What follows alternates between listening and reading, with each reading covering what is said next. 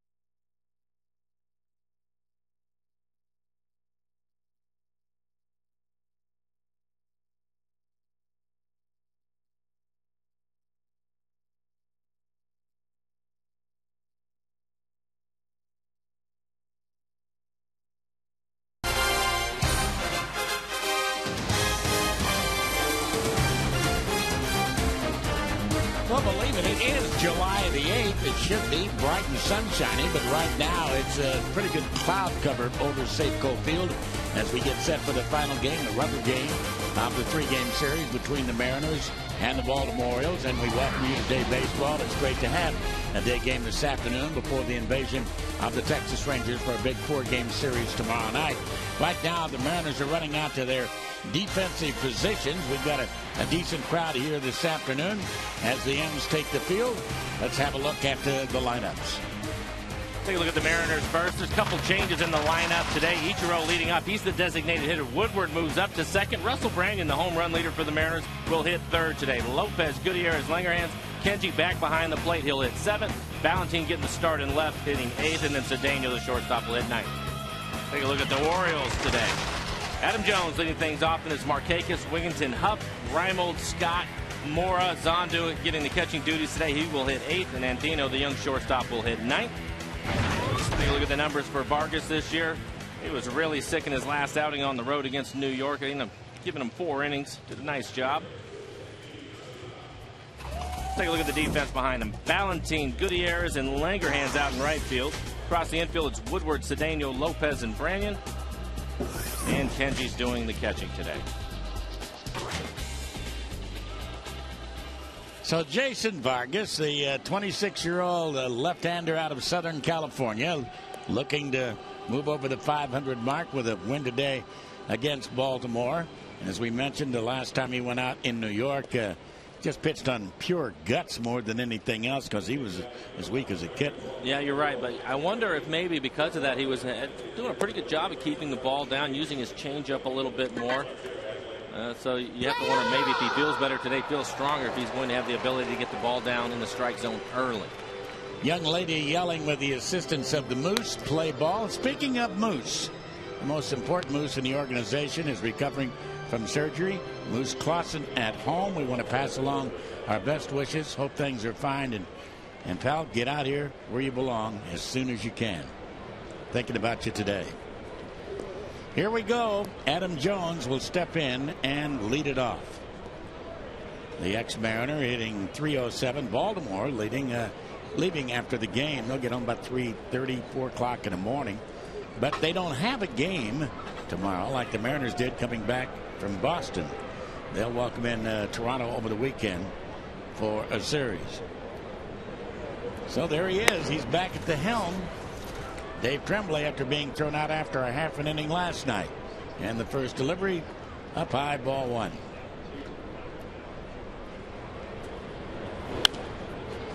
.63 cool degrees here this afternoon at game time. The wind out of the east at just a whisper at 2 miles an hour.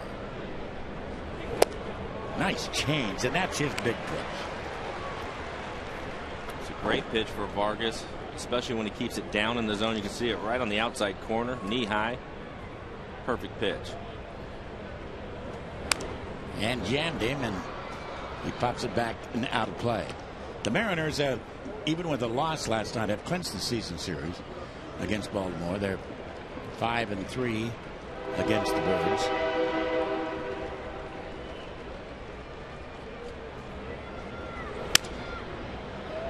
It was Jones last night who started the game with that little flare down the right field line for a base hit. Mariners averaging 3.9 runs a game, and Baltimore only 3. See, fairly similar. Team ERAs about a 3/4 of a point higher for Baltimore.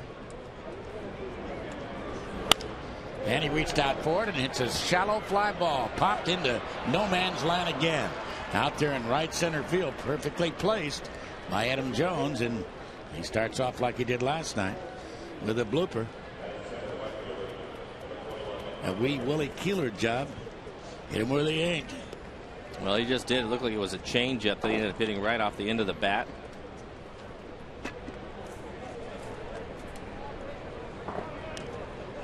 Nick Markakis is the right fielder, the hitter.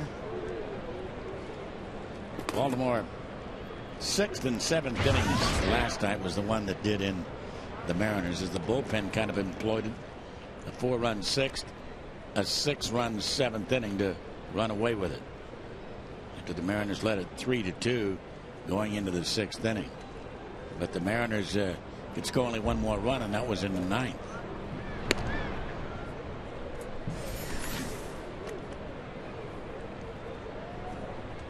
Take a look at the offense last night.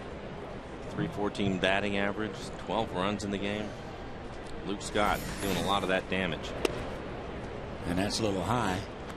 Ball 1. Brian Knight, who is not a regular member of this quartet of umpires. He's usually in the minor leagues, and he moves back and forth. Is the man calling balls and strikes this afternoon, and there is a strike.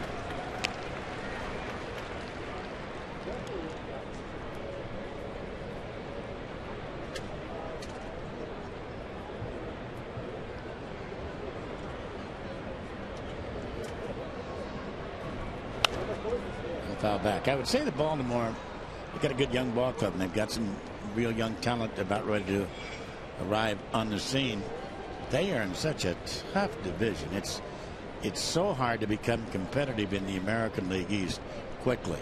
Tampa Bay found that out last year, ended up winning the East and going to the World Series, but they've had the first round draft choice, it seems like, since the turn of the century, and it's finally all paid off for them. Well, and that's exactly the reason why it's so difficult to do anything quickly in the East. You know, you even look at the Blue Jays, it seemed to hang in there, but it's going to be tough. And strike 3 called to Nick Markakis. But I think the Orioles are doing it the right way. Go with some young talent first, and they certainly have some of that. I think their pitching depth is getting a little bit better. What do you think about the Blue Jays saying that Roy Halladay is available for the right price? I mean, that means that anybody's available for the right price. Well, what that tells me is that the Toronto Blue Jays are thinking about unloading a lot of other guys that maybe starting over in that organization if they're going to put Roy Halladay, who, in my opinion, is the best pitcher in the American League. If not baseball. He has been unbelievable. Just give him a call and get him over here. Okay. Do the same thing with Lincecum, too. And a breaking ball on the inside corner for a strike. Be a nice little tandem, huh? Halladay and Lincecum on the same team. And you can see why the Blue Jays now. They're fading a little bit. Yeah. Game over 500.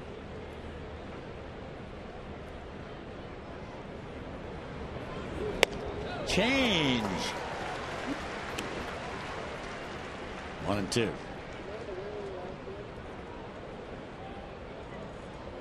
I know you like the American League Tuesday night. We both think the American League is the stronger of the two leagues. What I would like to know, as that pitch misses inside, is do you like the stakes? Do you like home field advantage in the World Series being there? No, I don't. Why? Well, I should say this. I should say this. If they're going to do that, then I think they need to play the guys the entire game. If you're whoever your best 9 is, play them and try to win that game. You know, to me, it's difficult because you have guys. Ichiro's been there a number of times. Felix is going for the first time, but some of the guys that are going to be there for the first time, they'd certainly like to get into the game and play. And I think there's an emphasis on that, and there should be. But in my mind now, if you're going to put the World Series out there on it, then you have to play your best guys. And you know, if Felix were to go, then I would ask him to pitch 6 innings for him. And I don't think that's necessarily fair to the club that is sending him. 3-2 pitch, a runner goes, and pitches down low, ball 4. So Jones to second base. So what you are saying, and we all know exactly what it is. It's an exhibition game. It's an exhibition game. You're saying that everybody should get a chance to play. And because everybody should get a chance to play, the stakes shouldn't be so high. Yeah, I think so. And you know, and I like the fact that the fans have an opportunity to put the players there. You know, but to me, if you're going to put an emphasis on the winning of the game for something as serious as the World Series, then I think you need to put more of it in the manager's hand, which I am not for at all. I think I like what the fans get to vote, and I would never want to take that away. But it's an exhibition game. And what was the point of having it done to begin with? To show off your talent. Well, it's to go out and try to win the game. Yeah. You know, more of an emphasis on that. But I can't think of a player that is good enough to be on an all-star team that wouldn't go out and play their best anyways. Right? Regardless. How about the player that just doesn't want to go? It's good enough, and then he's voted in and he doesn't want to go. Now, that's a guy that I don't understand. Yeah. And that's too high. So the count, 1 ball, 1 strike on Aubrey Huff. For me on the All-Star game, I love it. I love watching all of it, everything that goes on with the home run derby and everything else that goes on with it. And I think it's great for baseball. And I don't know. I'm tough. I'm tough to change anyways. I didn't like the wild card for a long time either. And now I love it. So big jug that time that just misses down low, and I think Vargas really wanted that pitch. It looked to me like he might have gotten a piece of the inside part of the plate. 2-1. Vargas already working a lot here in the first inning. And a fastball jams him up and in. He fouls it back. 2-2 on Aubrey Huff.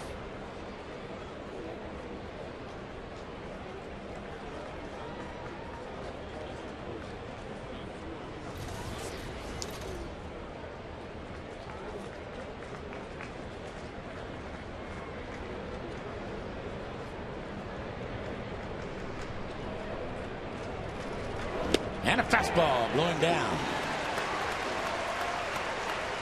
So 2 away.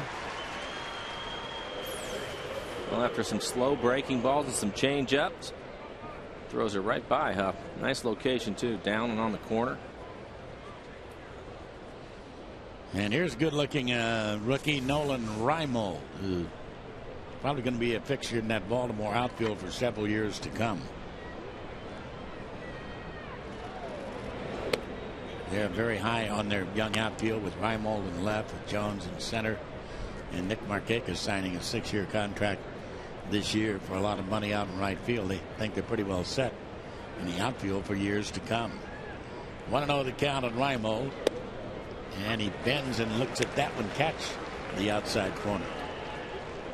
He's throwing a lot of pitches here in the first inning, but he has a good changeup going. That's a good sign.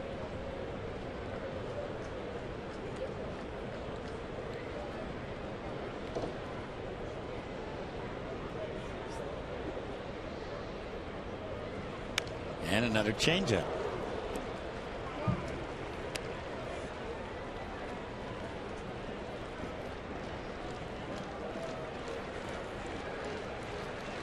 The Orioles 10 games under 500.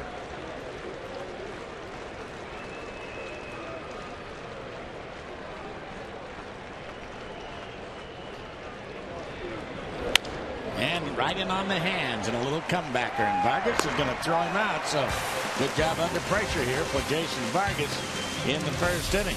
He leaves 2 out there, although he throws a lot of pitches. We go to the bottom of the first.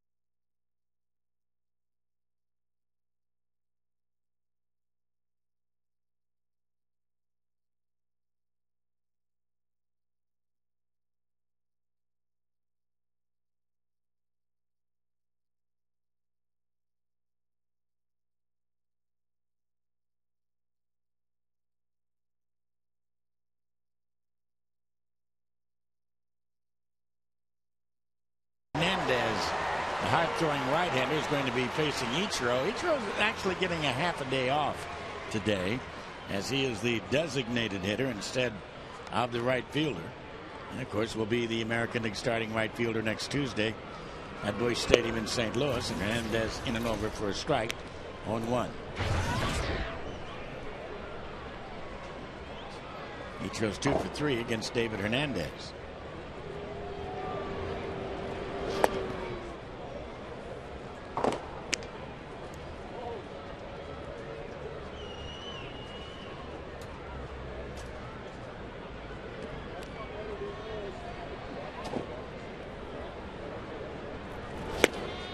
And that's down low.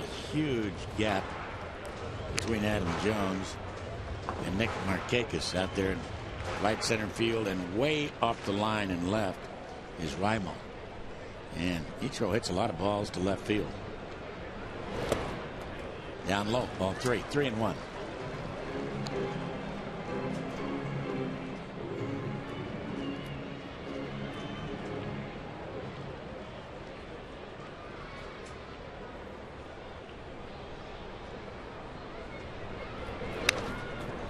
Challenged him.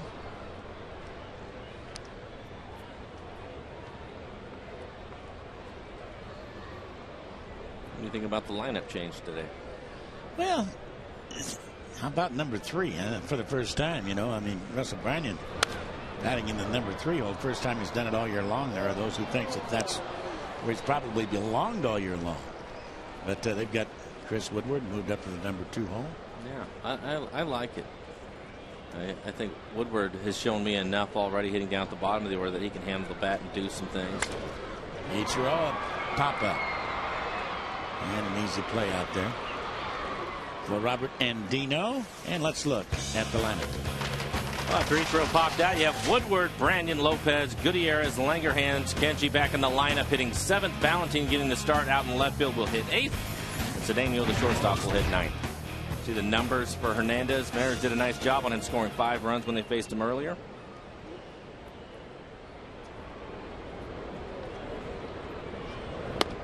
Woody taking a little inside, ball 1, 1-0 to Chris Woodward.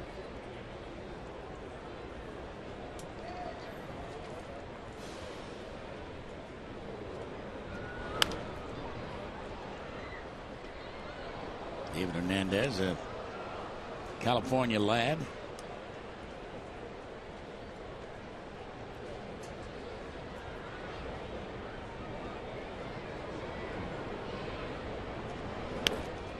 Slider that time, blown away.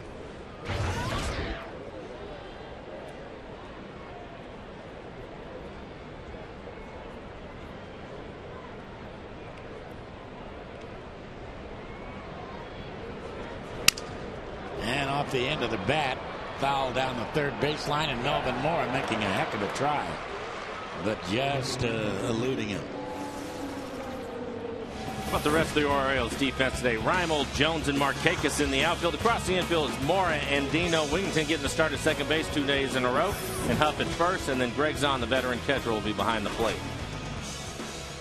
Just out of the reach of Mora. Had to run a long ways for that. See if Woodward can take advantage of it.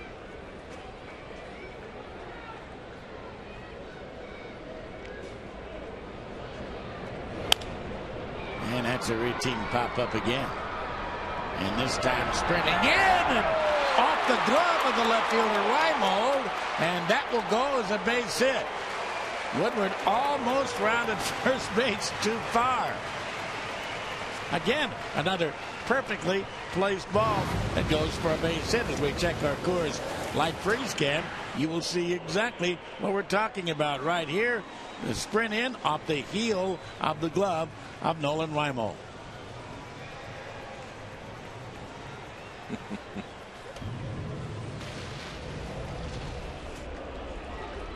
So Woodward a gift hit.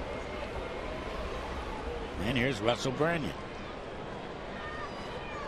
Okay, since he's in the number 3 hole, as you look at this shift, only one man on the left of the diamond.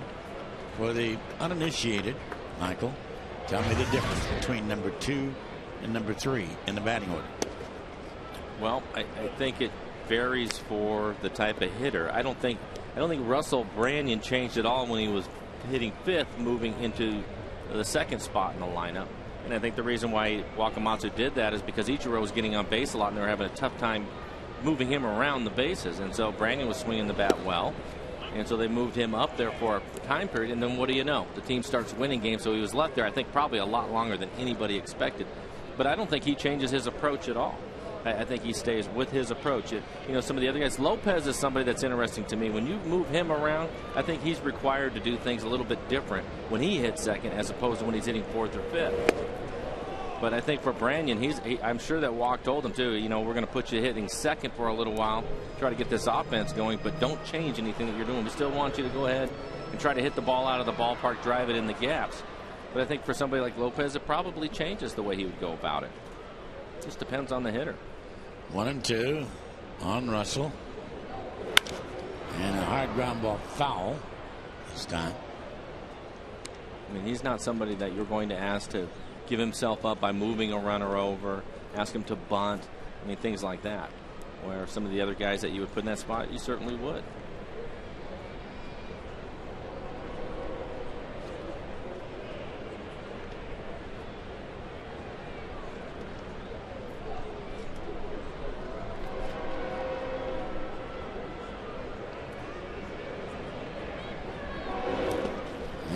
And so if you were a general manager at the end of the year, how would you evaluate if I got a raise or not? If I had a good year statistically, or if I was able to do the things that you're talking about, giving myself up, moving the runners along, which probably cost me 15 or 20 points on my batting average, but ran the bases very well. Would that factor in? It has to. I think it has to. I think there are certain players that you look at, Dave, that aren't going to be big home run and RBI guys, but they bring a lot of value because they're winning players. They're willing to do those things, and they're capable of doing them. So I think you have to factor those things in. 2-2 on Branyan. And a high towering fly ball. And I mean, he doesn't hit him very low. And an easy catch out there for Adam Jones. He could have taken a bus and gotten a transfer and gotten over there in time to make the catch by the time that baby came down. Yeah, it's getting darker here. I think maybe he brought some rain with that one. Might have. But I think you have to do certain things.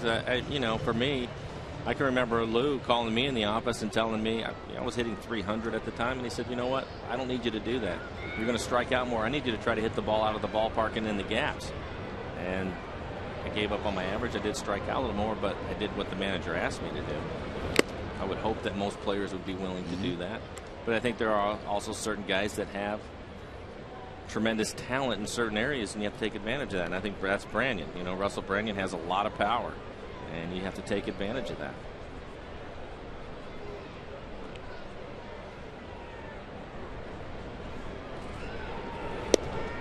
Opie taking a strike. 2 strikes. Lopez is one of those guys that can just get hot toward for a couple, 3 series, maybe even 2 or 3 weeks. He was hot back when the Mariners started this road trip in Los Angeles. And that ball is belted down the line. Is it fair? It is a fair ball. Fly away. Jose Lopez on the board with a 2-run home run, and the Mariners lead it by a score of 2-0 as that one kisses the foul pole in left field.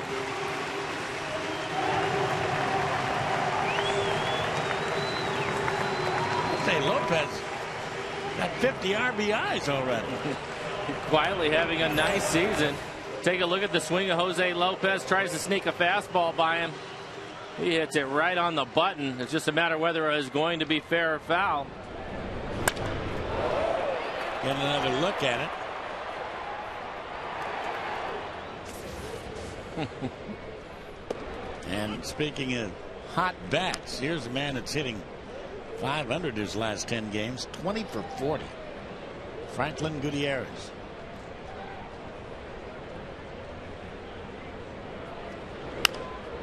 And that's popped down the right field line in pursuit. 3 guys, and none of the 3 going to get to it. Wigginton, Huff, and Markakis.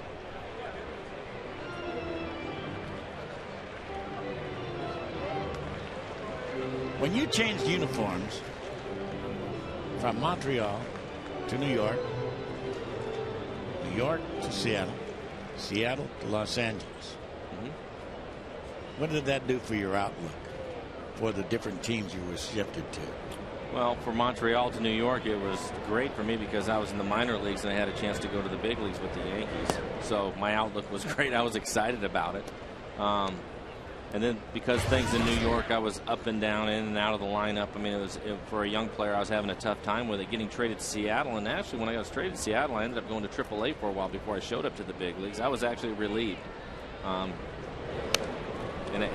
then when I was able to come to Seattle in the big leagues, and of course I was fortunate because after my first year in Seattle, Lou came in the next year for me, and you know how I feel about him. I missed a club, Oakland.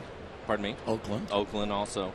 But coming to Seattle was great for me because after everything that I had gone through to get back to the big leagues at that point, I felt like mentally I was prepared and ready to go at that point. I had the best time of my career playing in Seattle, of course. In Oakland, well, when I went to the Dodgers, I was disappointed. I was really disappointed. Really? It was after the '95 season. It was a great group of guys, a great clubhouse in Seattle, and I was disappointed to go. So it just, it depends on situations where you're at in your career and how you feel about things. I think, for example, a good example is Russell Branyan. He gets a chance to come in Seattle, and I'm sure he was excited because it was going to be the first time that he was going to get a chance to play every day, which is what everybody would like. And he spent a lot of years trying to get that opportunity. So, Franklin Gutierrez comes over, he gets to play center field. He's probably excited about that opportunity. I think that there's a lot of things that you look at. I think it's tougher for younger players, though, Dave, because you come up through an organization and you get attached to it. They kind of nurture you. Yeah, you get attached They to pamper you. Yeah, absolutely.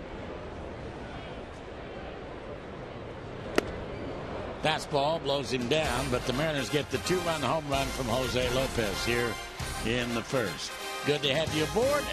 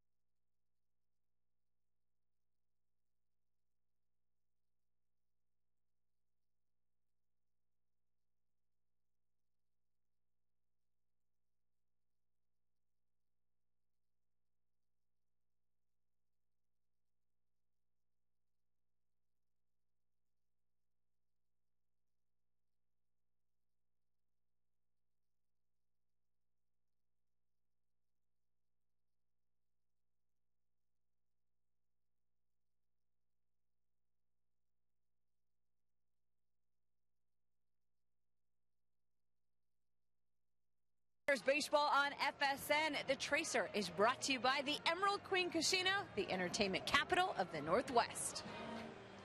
And welcome back. My gosh, it's not that cold. It is sprinkling a little bit, I guess, here, and they are, as yet, they don't have the roof in motion. Maybe a short-range forecast, or doesn't seem like it's that much precipitation in the air right now. Here he is. 7 RBIs last night. Home run, Luke Scott. He's a good-looking kid here. .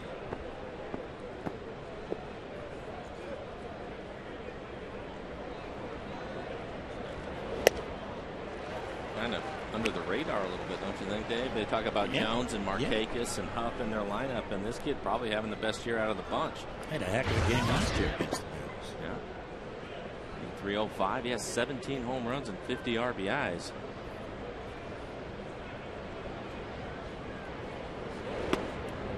Vargas trying to pinpoint his fastball and missing low.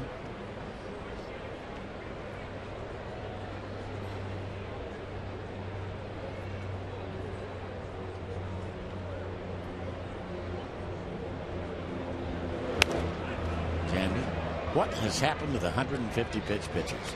They no longer exist in baseball. They used to be commonplace. You know the answer. Dollars. Specialization. Yeah, dollars.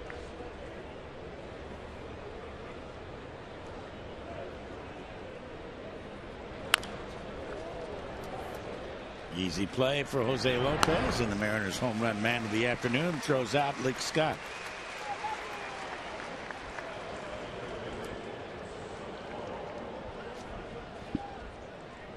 Melvin Mora has an option next year that the Orioles don't have to pick up, and he might be looking for a job next year and talking to some of the Oriole people. He's been kind of a fixture over there, but look at those power numbers. A couple of home runs, 23 RBIs. Your power spots are usually your corners, your third base, and your first base. And an appeal made, and no, he didn't go, according to Phil Cuzzy, first base umpire. But he's been a fixture in Baltimore and a favorite for years. And it's also a club that looks like it's getting younger. 3-0 on him.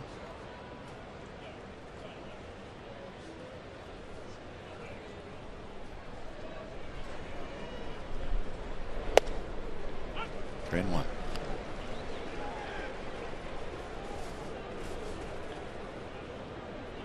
Everything else in the American League is tonight.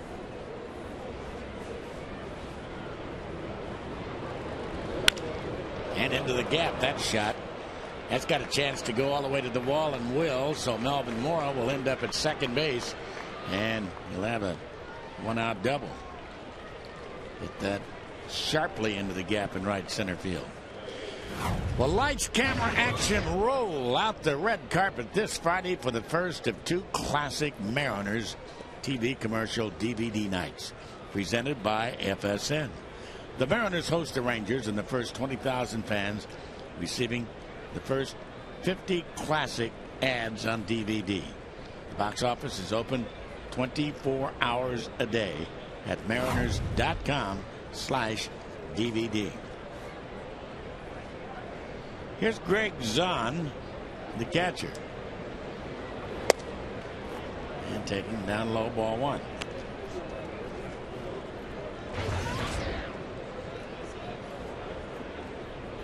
Veteran receiver is a switch hitter.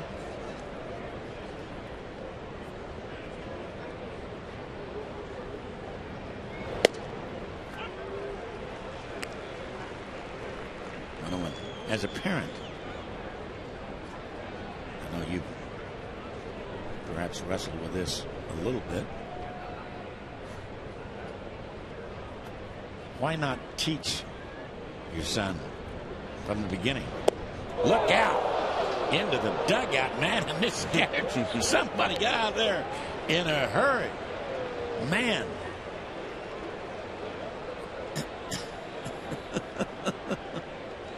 It's not very funny. Take a look at it. Greg Zahn, one of the few hitters you'll see that hits without batting gloves. Maybe he needs to get some. See a little helicopter go flying into the dugout. Man alive.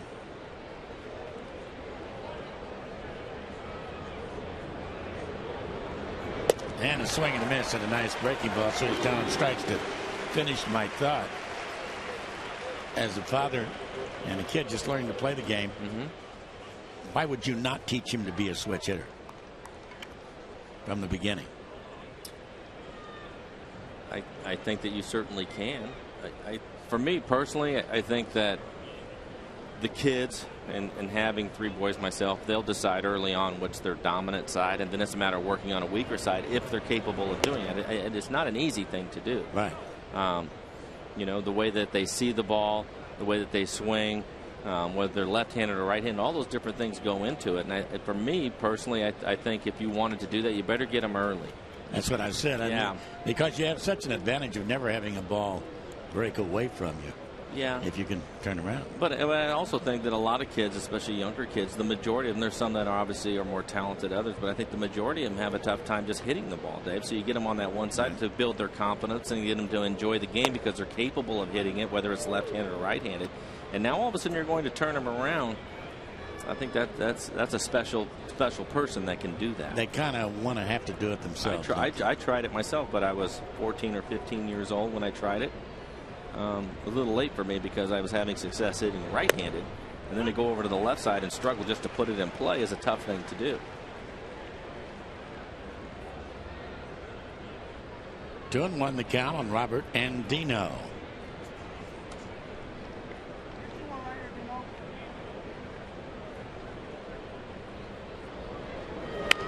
And a ground ball off the heel of Vargas, and he'll go over and tag him out. So a kick save for Jason Vargas. 1 unassisted, and the second is over for Baltimore. The double, but the tag out. See you later. As we go to the bottom of this.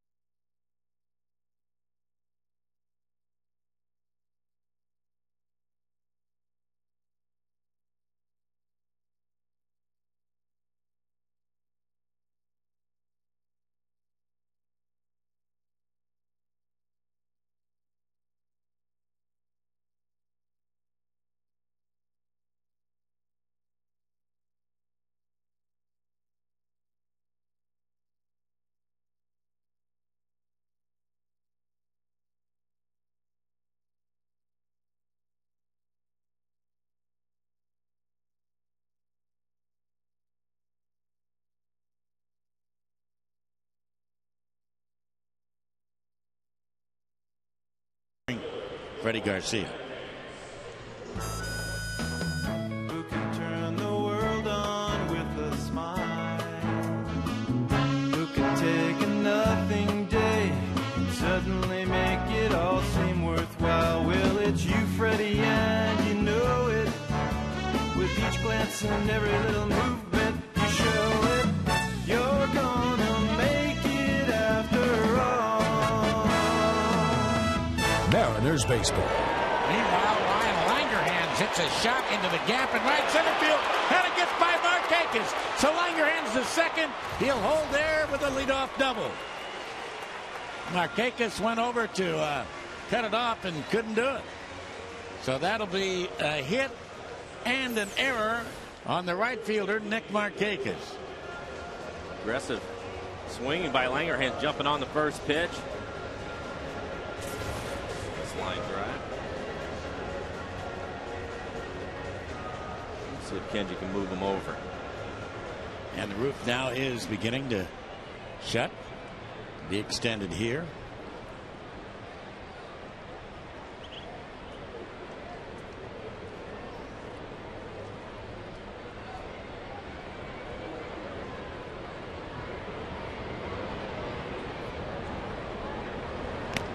And a bunt attempt fouled into the glove of the catcher. Larry McPhail, the president of the Baltimore Orioles, is here at the ball club.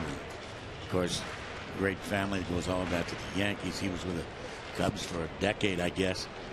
Now, the head man with Baltimore talking to Mariners officials, and first time he's been here to Safeco Field. And that breaking ball for a strike on the outside corner. I think he wanted to see the roof. He's going to get a chance.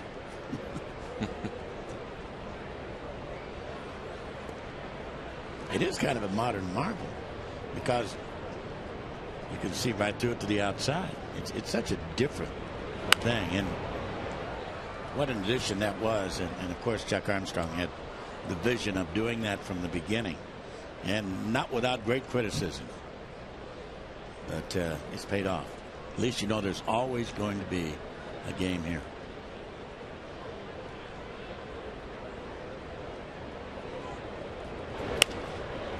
To the shortstop, going to get the runner at third. Bad move by Langerhans. He gets in the pickle, and he's tagged out. 6-5-4 on Langerhans as he makes a kind of a rookie mistake on the ball hit in front of him. You saw the Freddie Garcia commercial. That's the first of 4 commercials we're going to be showing you throughout the game. And we want to know which one's your favorite. You can just text A, B, C, or D to 95323 as the game goes on. We'll show you which spot is the fan's favorite. And remember, you can get your own Mariners commercials DVD if you're one of the first 20,000 fans here at the park on Friday.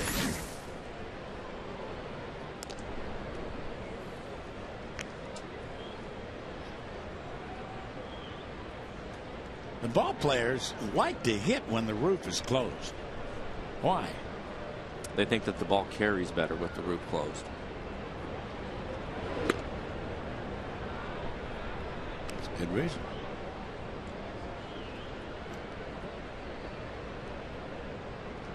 You think it does?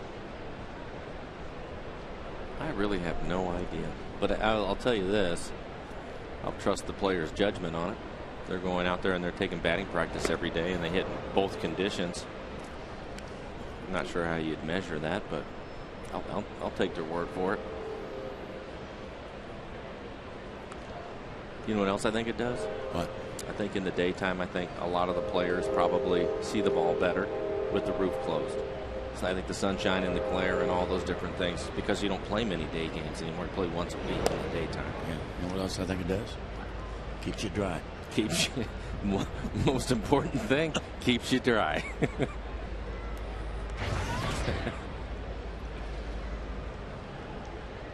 Valentine with the count 2-1.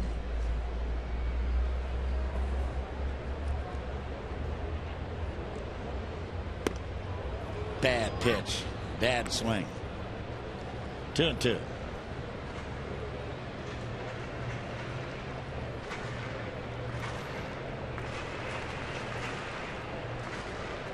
I think it would be a neat thing for anybody to see for the first time, don't you? Oh, yeah. You kind of expect the aliens to jump right off the edge, don't you? So Valentine is down on strikes. And strikeout number 2, David Hernandez.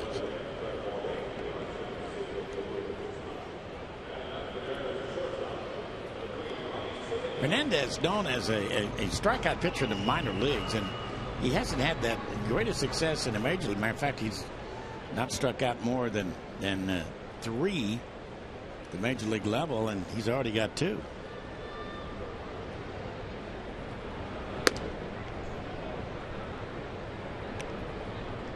Want to know on Cedeno.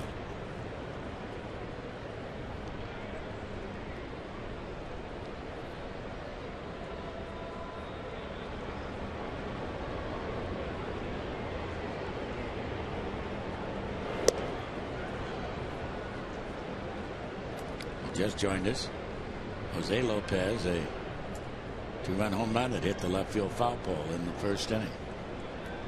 Difference in the ball game.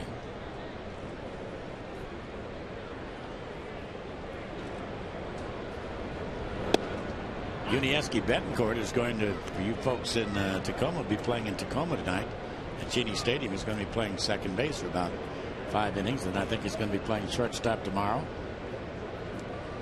preparation coming back to the Mariners.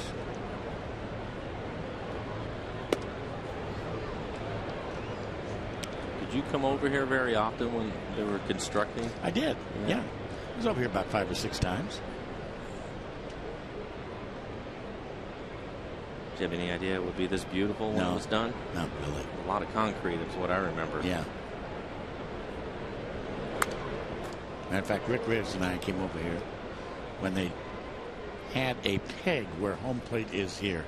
Nothing else but a stick, a peg, an iron peg that let us know where the home plate was.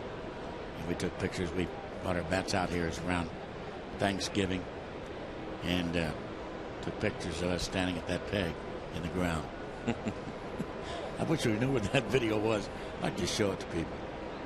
Well, it's come a long way since then. Man.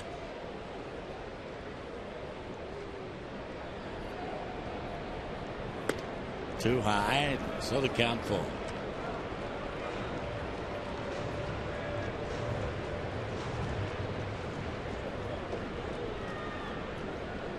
Do you ever miss the Kingdom? Yes. Yeah. Darn right I do. 3-2 pitch is popped up. And coming in on the grass, the third baseman Moore to make the easy catch. In April I do. In April I do. Finally going to get there. 2-0 after 2. Mariners.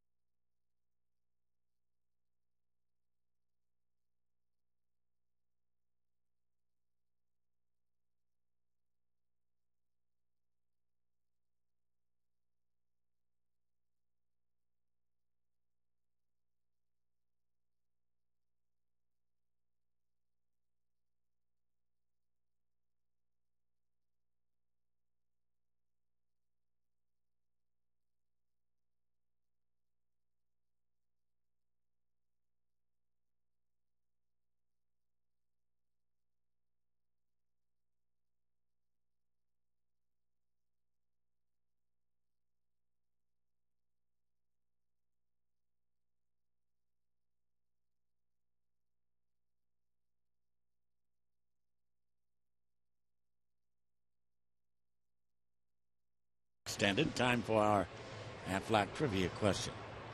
And as soon as the Duck makes his appearance, we will pose this question for you. Which career home run did Babe Ruth hit on this date in 1918 at Fenway Park? Which career home run?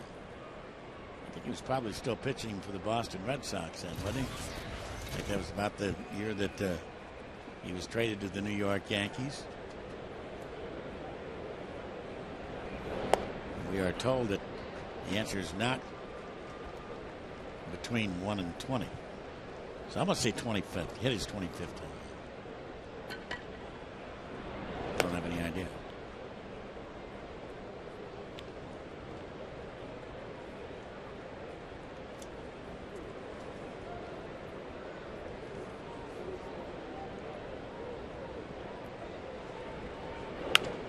And nice job of getting right in his kitchen, right in his hands, on his hands.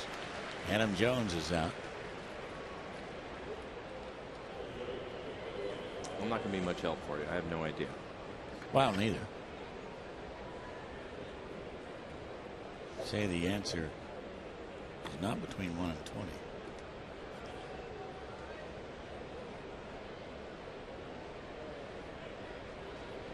Nick Markakis the hitter now.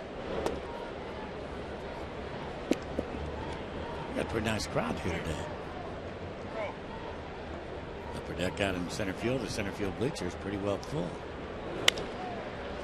And a fly ball to left field. Valentine will pick it out of the roof easily and make the catch.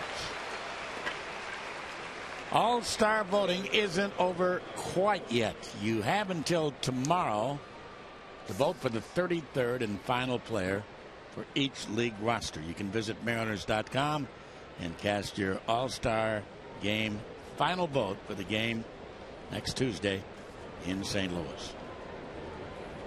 Ty Wigginton, the second baseman, walked in the first inning.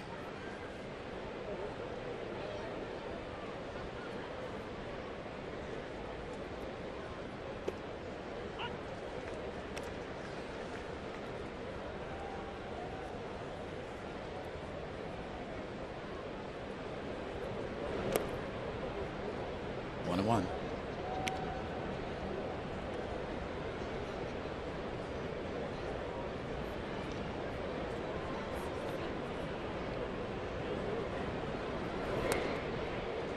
Did you ever umpire a baseball game? Yes. Did you use that wheel, that ball and strike indicator? Yes. I never could get the thing right.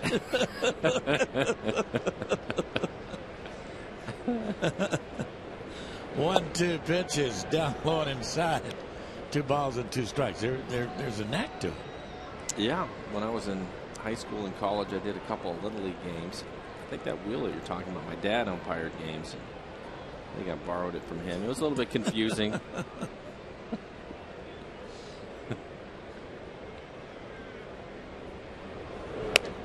Missed with that one high and away. Ball 3, 3-2 on Wigginton.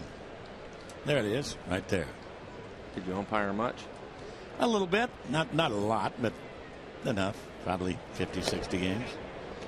It's down low and outside to Wigginton, so he loses him, and he didn't want to do that. He was way ahead of him. He's walked Wigginton both times.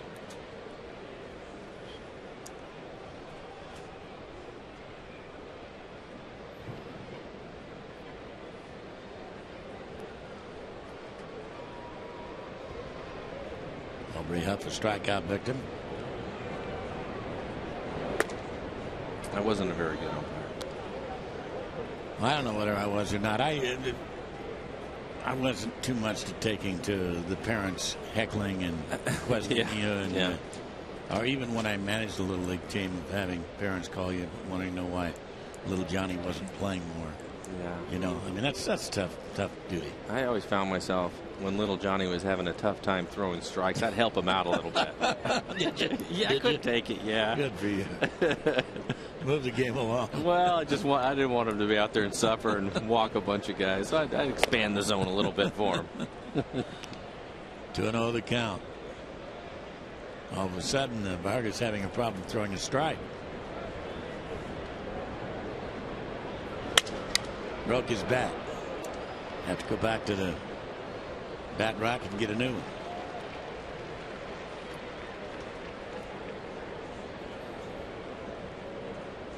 Were you a maple guy or an ash guy? Ash. Ash.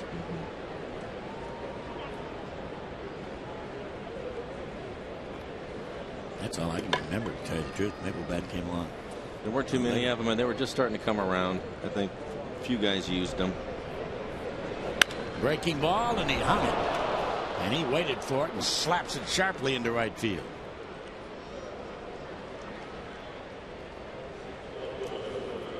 Vargas had to pitch out of some trouble. 3 innings in a row. He's had a runner in scoring position.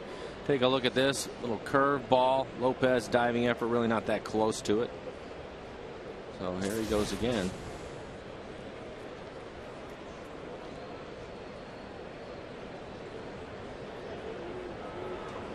And he's already thrown 58 pitches. Way too many pitches. Reimold, a comebacker. His last at bat in the first inning.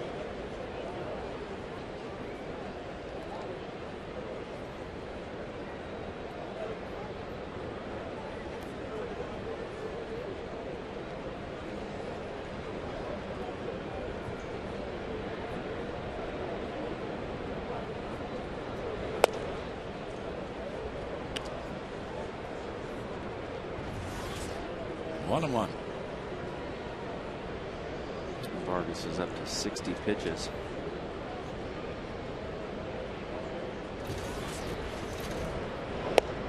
Nice change.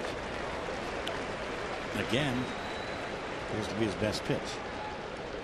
Seems to have a good feel for his changeup today. Tough time with his fastball, working on the edges, pitching off the plate a little bit. That's why his pitch count's up.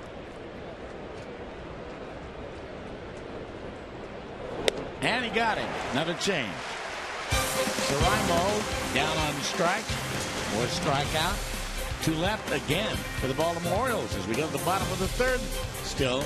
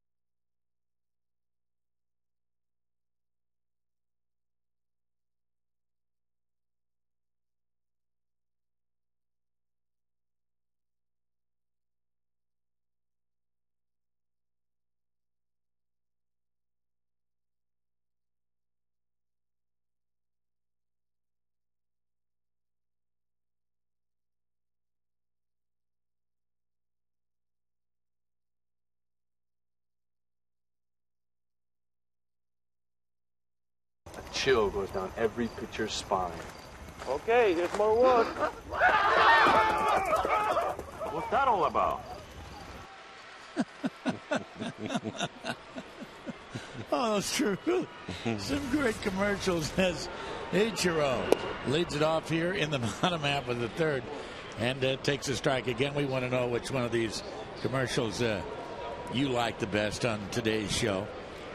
We'll tell you how to let us know. Ichiro takes outside. Just text A, B, C, or D to 95323, and we'll show you the results throughout the game. Remember, you can get your own Mariners commercials DVD. First 20,000 fans here on Friday night. Ichiro backs away from the pitch low and inside.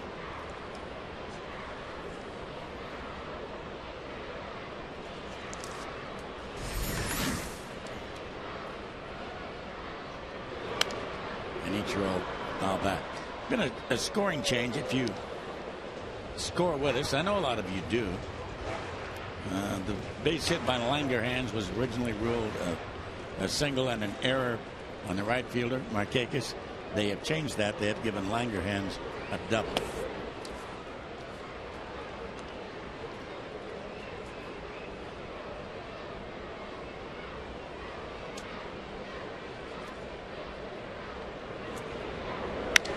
David Hernandez fastball tattooed to deep center field, and Adam Jones going back on the run to make the catch. Not too far from the grass meets the warning track out there. So let's give you the answer to our Aflac trivia question. Aflac! And the question was this: which career home run did Babe Ruth hit on this date in 1918 at Fenway Park? This is weak, friends. This is really, really weak. Number 715 hit a walk-off home run, ruled a triple according to the rules in 1918. Might be one of the worst ones.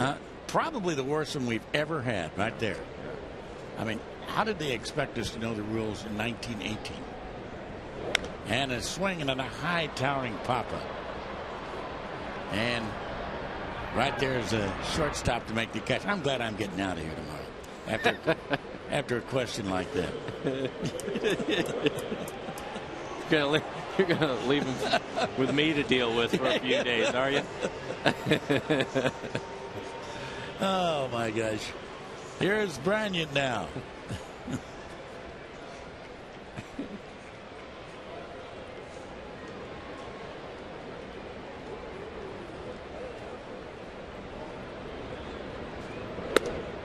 And Russell takes the fastball up.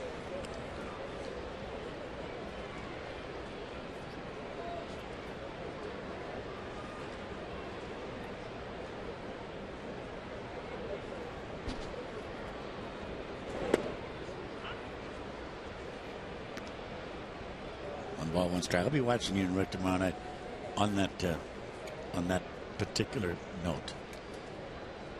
The question tomorrow night. The question? Trivia question, yeah.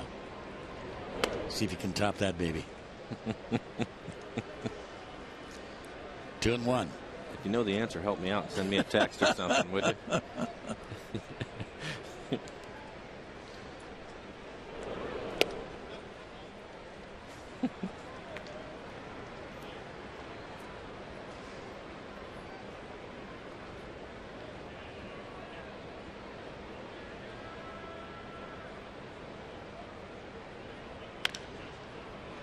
Full foul. Do me a favor.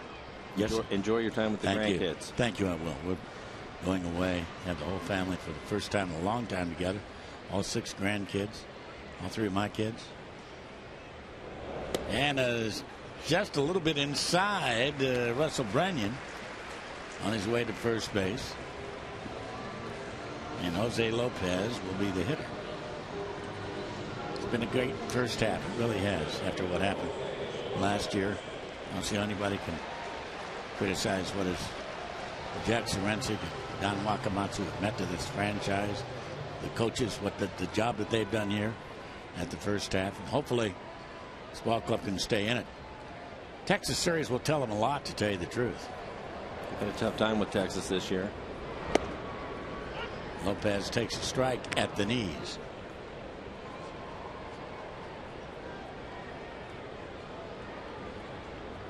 I'm curious and excited about the second half I and am see where too. these guys are going to go and what they're possibly going to accomplish.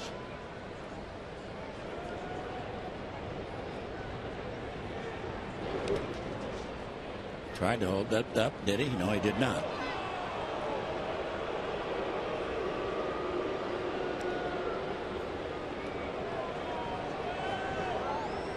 Not a real popular call there with the fans.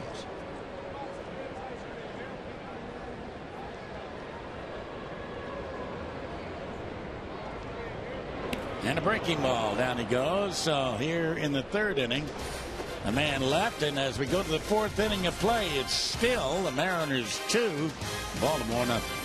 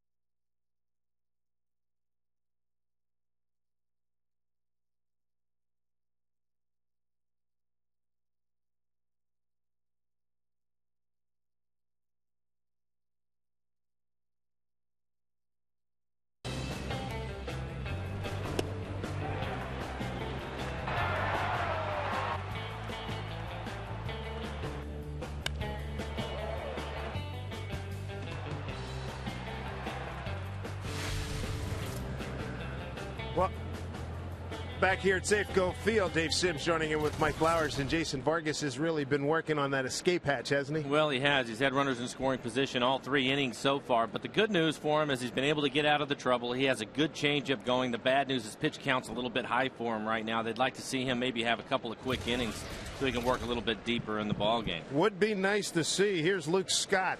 He's going to lead it off here in the 4th. What did he have? A big game last night with the 7 runs batted in.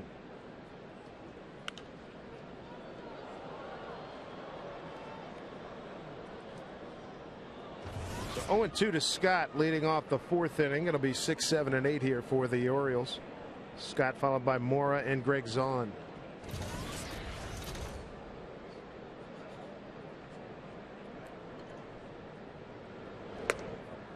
Goes upstairs on Vargas, 1-2.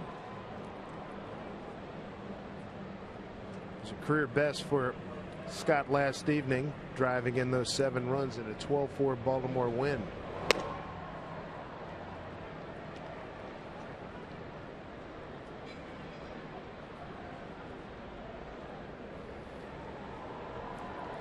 Scott riding an 8-game hitting streak.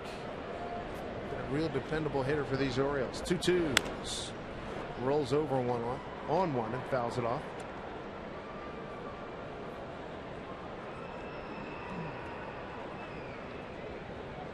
Jason Vargas, he has stranded 5 Baltimore runners through the first 3 innings.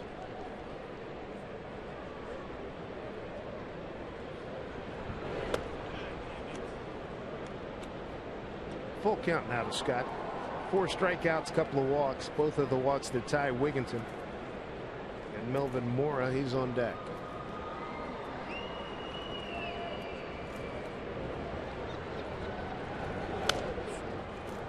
Do it again. These Orioles have a stretch coming up where they play 39 games in 40 days, late July into early September. This month of July, they only have 9 games at home. 3-2. Luke Scott's aboard.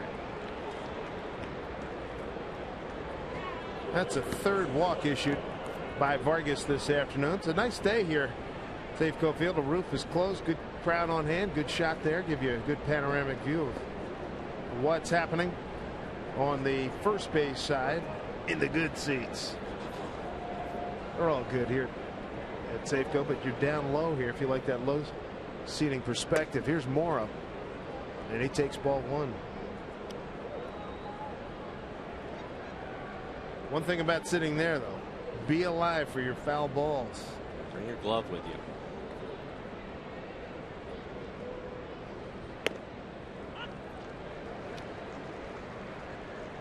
And when you sit down there, you shouldn't feel compelled that you have to absolutely have eye contact with whomever you're speaking with. It's like people when they're driving and you're sitting in the back seat and they want to turn around, they're doing 90.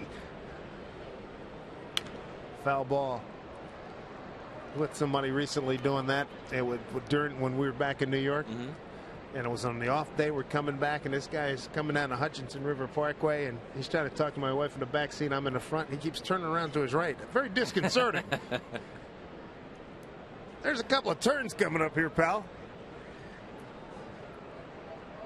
A 1-2 pitch inside. Mora with a double to right center his first time up. Still can't get used to the cab drivers in New York City. Well, because they don't speak English, but you know. No, it's because I don't know if they're going to stop, when they're going to go.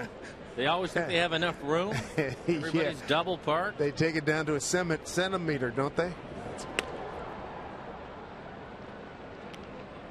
You don't like that margin of error that they leave themselves? No, and the day that I was in there riding around, I happened to be in the front seat. Oh, with no leg room for you. 6'3", my knees were already up in the dash, and I'm thinking I'm in big trouble if he just bumps somebody. Right. But he drove around with supreme confidence in what he was doing, no problem. I was pretty happy to get out of the cab, though, get to the ballpark. Bounces up. Kenji has to get behind him on ball 4. So now Vargas has put 2 men on via the walk. It's his 4th walk of the afternoon. Let's check out our Banner Bank building to the future. There's our guy again, James McOwen. 1 for 4 last night, 8th inning single. Hitting streak up to 44 games. It's the longest minor league hit streak in the last 55 years. That is amazing. Ramon Majias, 55 games back in 1954 with Waco in the big state league. Rick Adair going out to buy some time. You saw Don Wakamatsu on the horn, and Miguel Batista's going to get up.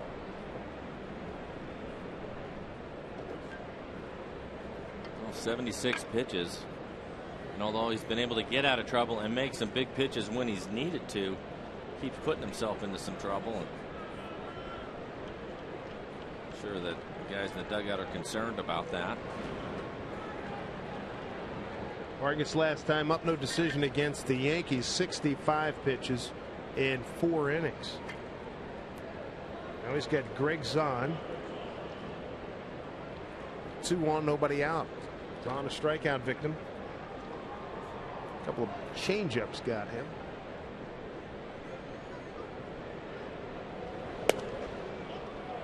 Ball 1.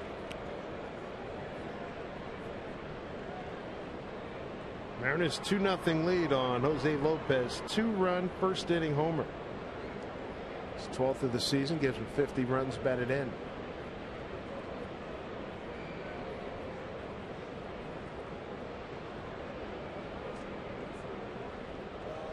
Here's the 1-0.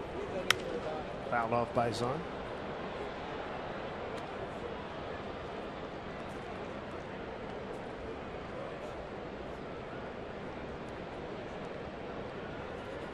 Vargas has been pretty poised out there, but his command is not what it has been during the course of a couple stretches that he's had with the ball club. 2 starts in May, a 2-0 record, a 1.65 ERA.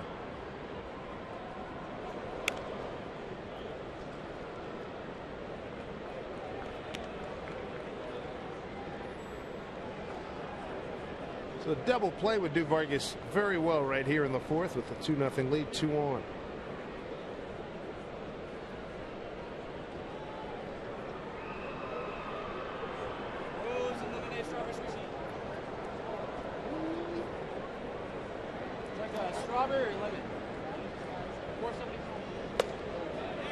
Check down to first base. Did he go? No, says Phil Cuzzy.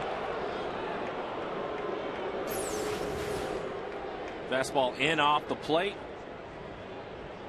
It looked like he checked his swing. A couple of fastballs in. I think he has him set up for his changeup. Something down and away from him. Let's see what they go with here. 2-2. Got him. Pulled that string. Breaking ball. 5th strikeout. He's had a real good feel for this pitch. Does a nice job of setting him up. A couple of fastballs inside and comes back with a changeup in a good location. That's the biggest key. Starts in the strike zone.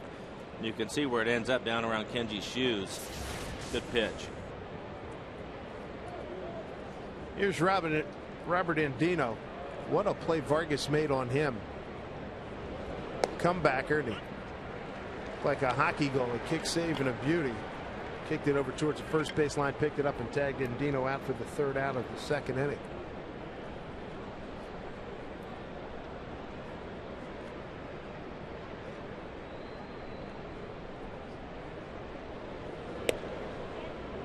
This is away. 1-1.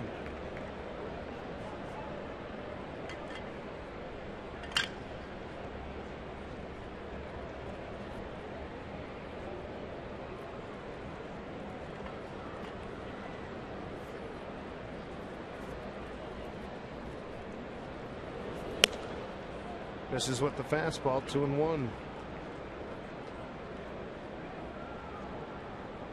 These Orioles have had a tough go on the road. 13-27. 24-20 at home.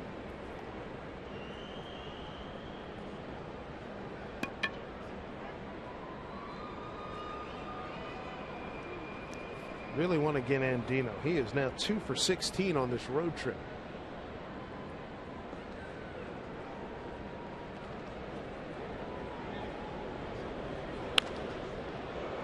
left field. Ballantine, he's there as he closed the gap very nicely. 2 down.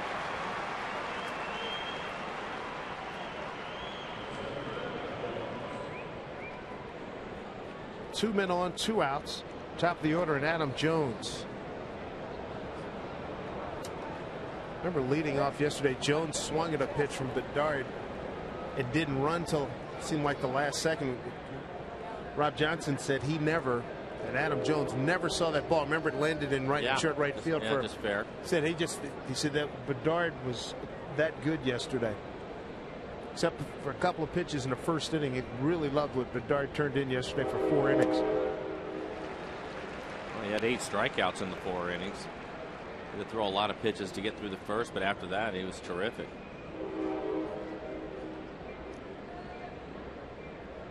Jones with a base hit to right today. And the ground out the first. Big out right here for Vargas. 0-2.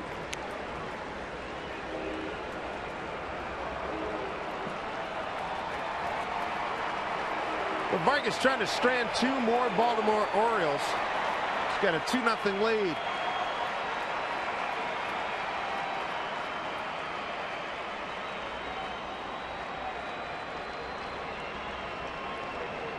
Adam Jones going to the All-Star game as a reserve. Here's the 0-2. Able to make contact on that. That's a pretty good job by Jones. That pitch was way out of the zone. 3 changeups in a row. He's been out in front of all of them. He's barely able to get a piece of that last one.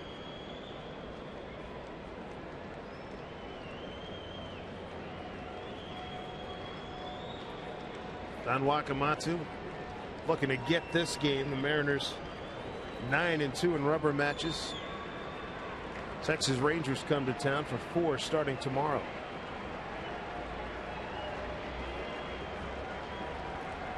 Oh, and 2 to Jones. Swing and a miss. He struck him out.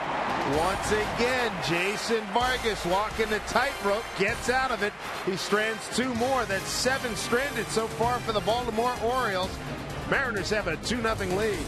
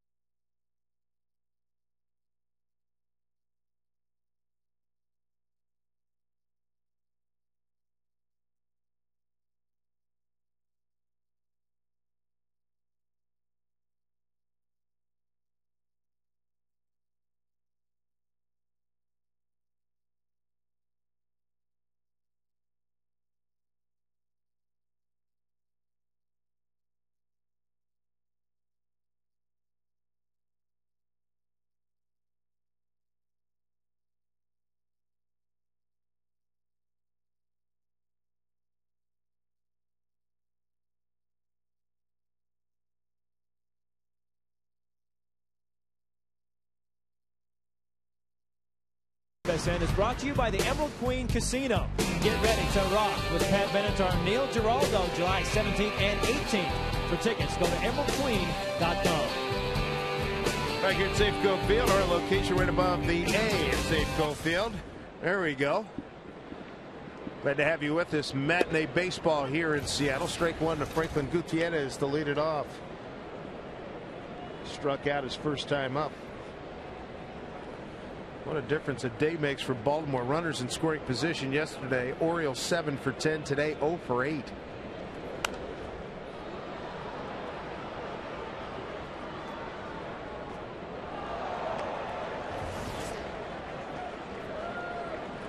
Gutierrez swinging an extraordinarily hot bat as we look at the numbers for Hernandez. Goody entered today 20 for his last 40.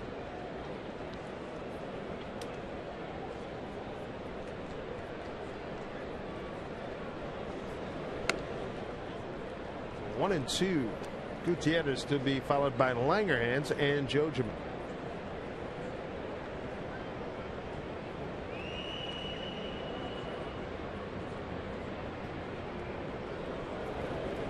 Way upstairs at the breaking ball.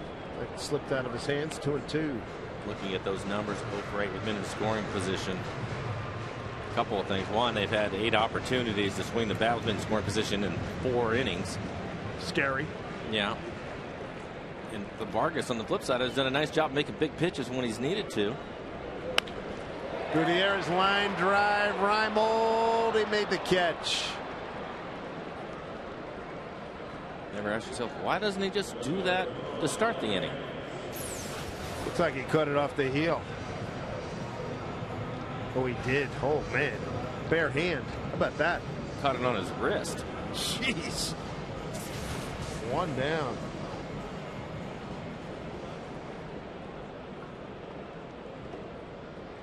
Gutierrez hit it hard. Here's Langerhans.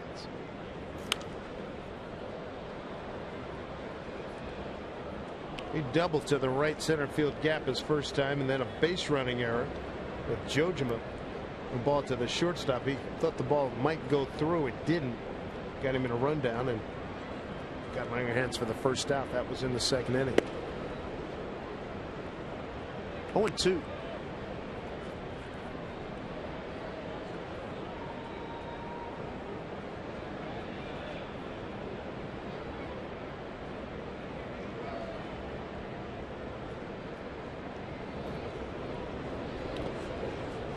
Dug out by Greg Zahn. Ball with 2 strikes to Ryan Langerhans. So Langerhans getting a chance in the outfield today in right field with Ichiro getting a day off. Part of the day off he's DHing. They're trying to get him some time off for a while. Don Wakamatsu citing the hard work that Ichiro put in after he missed those first 8 games with the stomach problem. He's racking up big numbers playing daily. There's a line drive right field. Markakis right to it. Texas Rangers come to town tomorrow. It'll be Tommy Hunter in his 4th start. He'll be going against the Mariners ace Felix Hernandez, the All-Star, with an 8.3 record, a 2.62 ERA. Big 4-game series. Rangers and Texas starting today, tied atop the American League West. The Mariners are 0-5 against Texas. 2 down for Kenji Jojima. Off the glove of Melvin Mora. The ball was hit hard. Base hit for Kenji.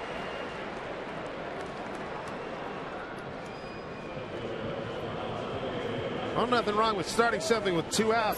Valentin's going to be the hitter. Take a look at the swing by Kenji. Hits it hard. First pitch, fastball. Middle in, right where he likes it.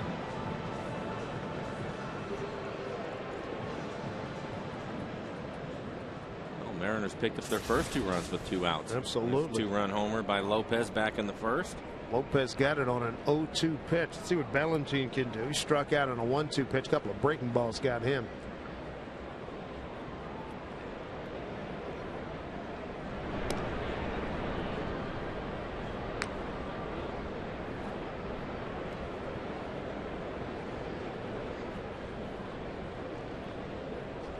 Token throw over by Hernandez. Strike 1 to Valentin. Played Saturday as a pinch runner. Scored a run. And Vlad trying to break an 0 for 8 at the dish.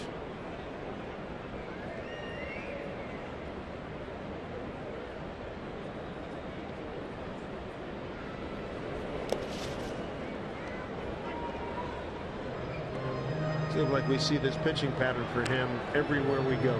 A lot of fastballs up out of the zone, and then a ton of breaking balls away from him. That's a big difference. A lot of the guys that make it to the big leagues as hitters get here because they can hit the fastball. It's just a matter of making adjustments, and they'll just keep testing him until he shows that he can do it. Way upstairs. 2-1.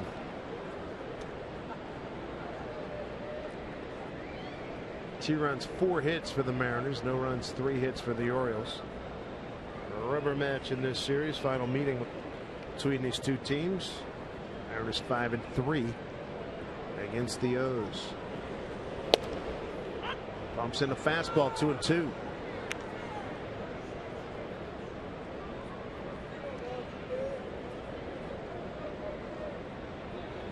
Ken Griffey Jr. may have played today, but then that knee of his barking a little bit.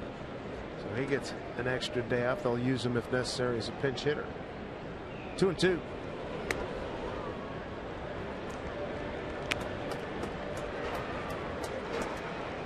Ronnie Cedeno, the shortstop, on deck.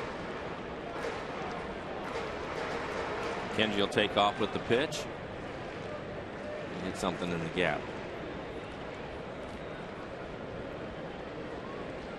3-2 to Ballantine. Kenji takes off, drive to center field. Adam Jones right there. So the Mariners get a man aboard, can't push him across. Through 4, it's 2-0 Seattle.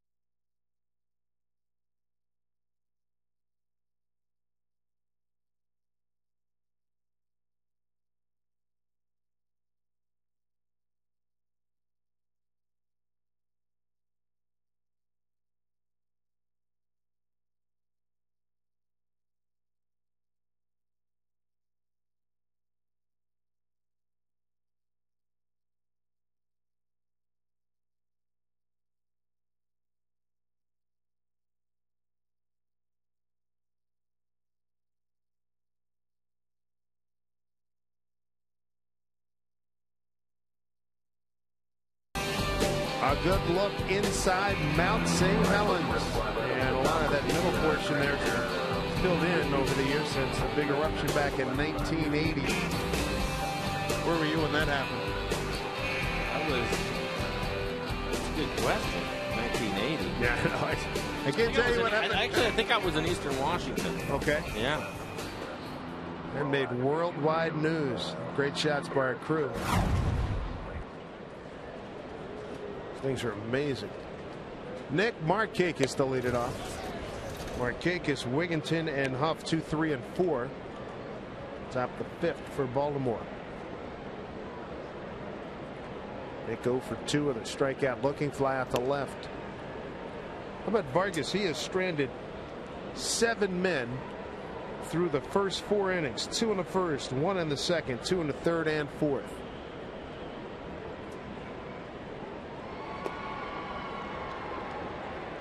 He has not been sharp today. It's 3-0 here to Markakis. He's walked Wigginton twice. He walked Scott and Mora in the fourth.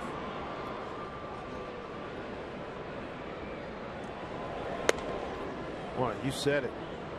Not close. 5th walk. And not the start you're looking for here in the 5th inning. Up 2-0. Take a look at the Quest high-speed pitch. Hernandez topping at 95. Vargas at 90.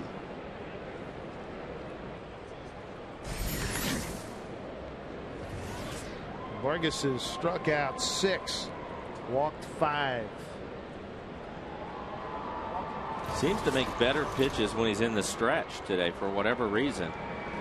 Wind up having a tough time and gets in the stretch and pitches himself out of trouble each of the first 4 innings. Miguel Batista warming up. There's Ty Wigginton. He walked his first 2 plate appearances.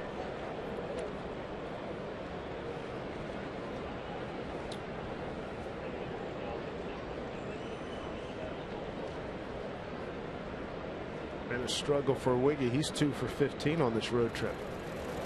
Back up the middle. Nice fortuitous bounce. We're going to get a double play.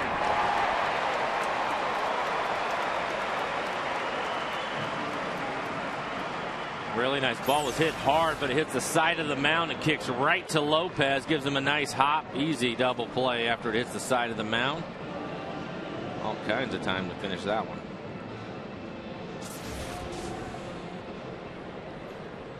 Boy, he couldn't have had better room service on that. Aubrey Huff is going to be the hitter. Strikeout and a base hit to right.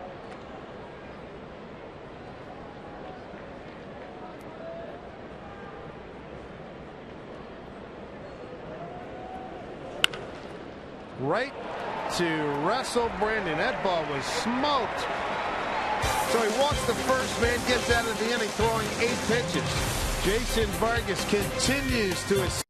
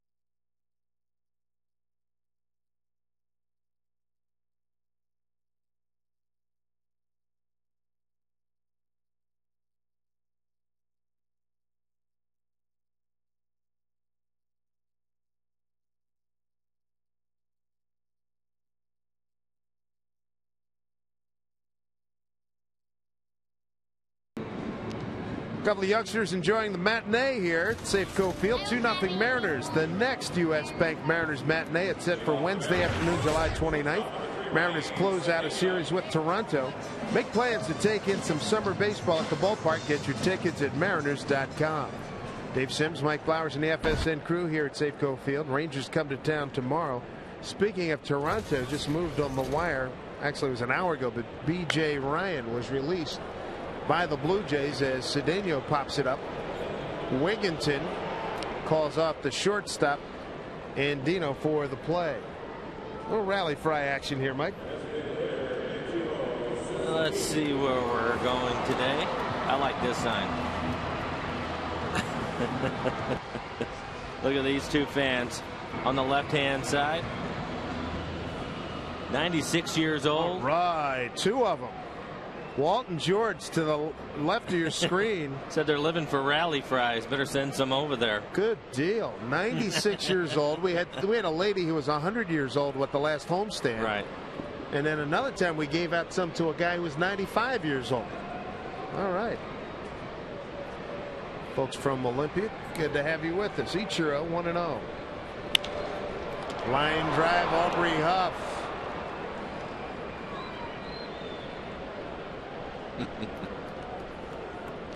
Nice job on the sign, too. Very nice. Work into that. Time you see 2 96-year-old guys. I'd like to sit down and talk to those guys. When did you first go to a baseball game? Who was playing? What do you remember? Good God, 96 years old. There's Chris Woodward. You figure that 90 years ago, my goodness, 19. We're talking about if they were anywhere near Detroit, they could have seen Mr. Cobb play.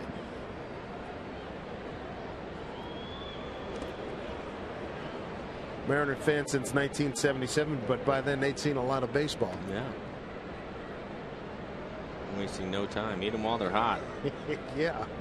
That's how they got to be 96. They didn't waste any opportunities like this.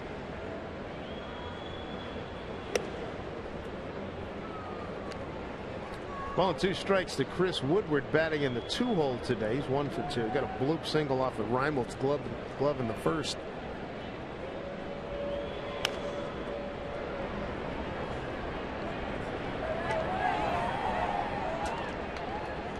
What do you think of J.P. Ricciardi? So today he gets rid of B.J. Ryan. Yesterday the story was, spoke to Roy Halladay, says, hey, we'll see if we can move you. Of course, Roy's going to have to give his consent for that to happen. I think they're obviously, to me, it looks like they're going to try to go in a different direction all the way around if you're going to trade somebody that I think is the best pitcher in the American League. You're looking at probably a rebuilding process at that point. Usual suspects: Phillies, Yankees, Red Sox. Considered possible landing points. Phillies supposedly have about 3 prospects who are really big time, which would be nice for Toronto if they were to get them. I think a shortstop and an outfield. 2-2 to Woodward. Good at bat here for Woody.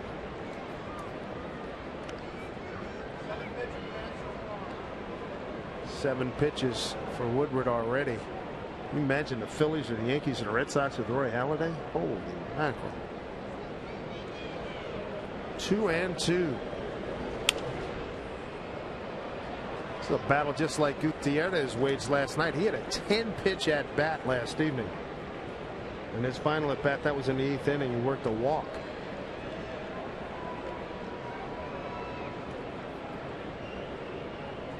Young David Hernandez down 2-0. He's 2-2 here to Woody. And Woodward asks for time. Hernandez last start, he did well, 6 innings. Got a win at the Angels on July 3.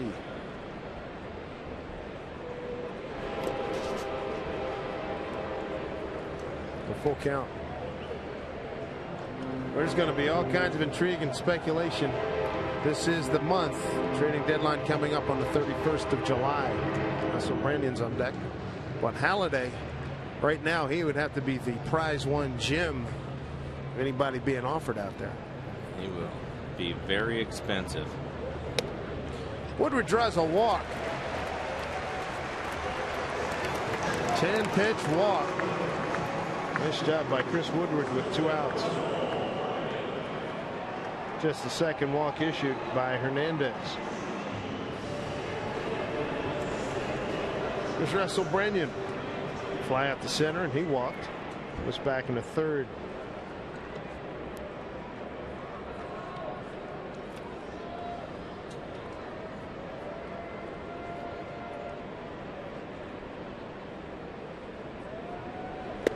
Big swing and a miss.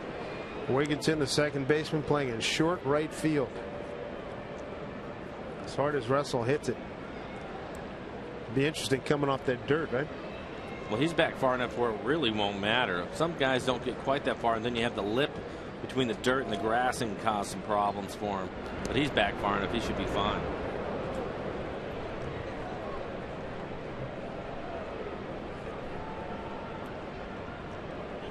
Veteran catcher Greg Zahn will go out and have a visit with Hernandez. Zahn, the nephew of Rick Dempsey, longtime Oriole catcher, 1983 World Series MVP. Hernandez has had to work too. 95 pitches for him here in the 5th. Well, that's a lot for the 5th. My goodness. I think Vargas is up to 97.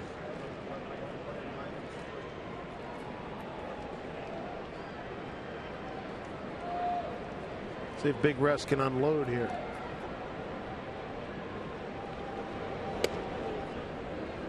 Ball and a strike.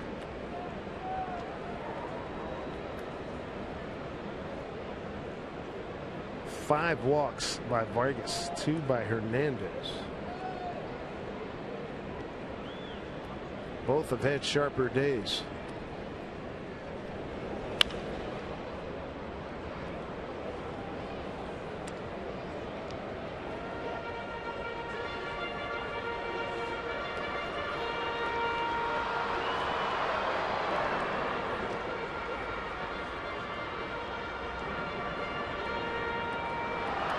Come back after the All-Star break. Brandon Morrow will get things going. Felix Hernandez and Jared Washburn. Here's the 1-2. There's a drive to right field, but it's right to Markakis. And that will do it. Who are the Mariners here in the 5th? They get Woodward aboard. Nothing after that. 2-0.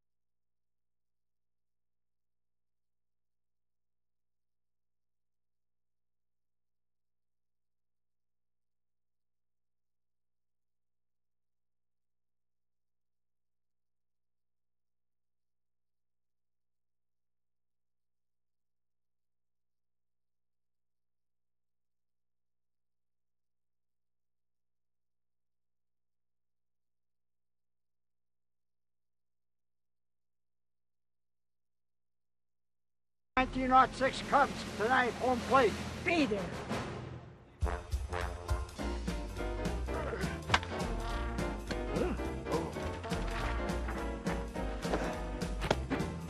Is that all you got? It's okay. Take your time. Mariners baseball, Soto Mojo. Nice shot. Oh. We want to know which of the Mariner commercials we show you today is your favorite. Just text A, B, C, or D to 95323. That's funny. Be one of the first 20,000 fans at the park for this Friday's game against the Rangers, and you can get your own copy of the Mariners' greatest commercials. That is funny. 1906. The current results. Scary stories with the lead right now, but I tell you what, the challenge after saying that, I think that's going to pick up some steam. Funny. New pitchers Miguel Batista after Vargas goes 5 innings. Wasn't the sharpest we've seen Jason this season, but he's got a 2-0 lead. How about the bullpen? The last 11 games with the Mariners going 6-5. The bullpen has gone 29 2/3 innings, 27 earned runs. It's an ERA of 8.32. Boys could use a little bit of a blow here. They need a break. Had to work a lot here in the first half.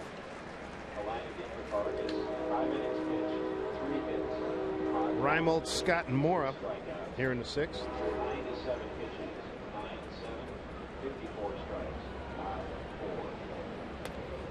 Vargas threw 97 pitches, 54 for strikes. We saw Batista 3 days ago in Boston. It's not a good go for him.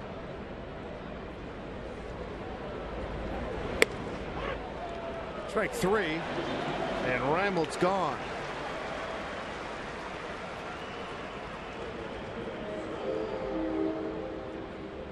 How about Vargas here with this start?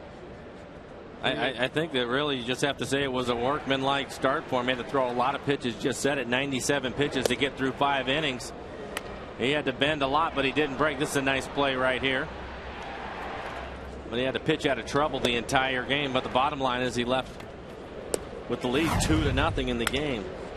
Fly ball center field. Gutierrez slicing back. Boy, that ball had a lot of knuckle on it.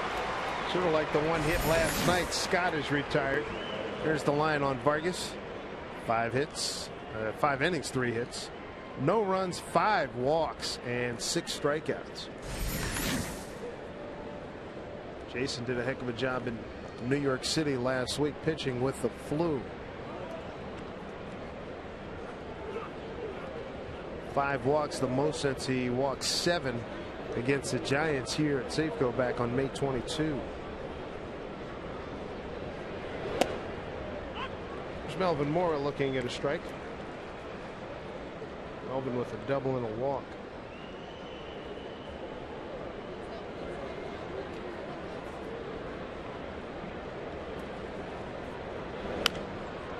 It's playable for Jose Lopez. A 7-pitch inning for Miguel Batista. To the home 6th we go.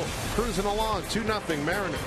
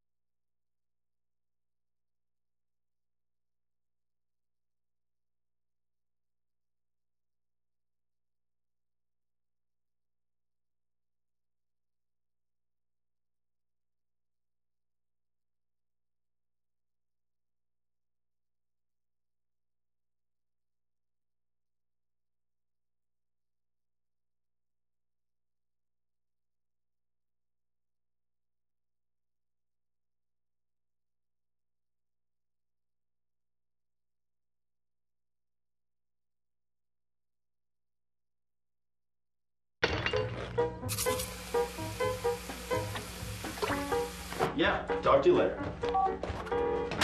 Mariners baseball. Viva la Mojo. This is really nice. Don't even think about it, Brett. That's the 4th one we've shown today. So what's your favorite? Just text A, B, C, or D to 95323. As we look at Lopez leading up to cast your vote, be one of the first 20,000 fans at the park for this Friday's game against the Rangers. You can get your own copy of the Mariners' greatest commercials. That flip was very distinctive.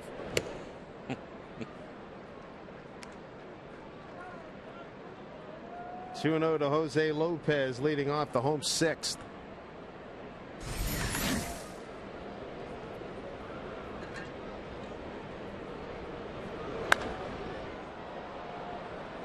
Popped up. Shortstop Andino's back there making a catch. 1 out. Can you not like the challenge with the old-timers coming back, making a run here at Scary Stories? Booney's flip's impressive. They're all good. They're all great. The one that I think right now, I would vote for the challenge. Just like we're at election night control here. I would vote for anything that has Edgar Martinez in it. Those are always my favorites. The roof is scary good. Gutierrez, the hitter, 0 for 2, lined out hard to left, leading off the 4th. Struck out the 1st.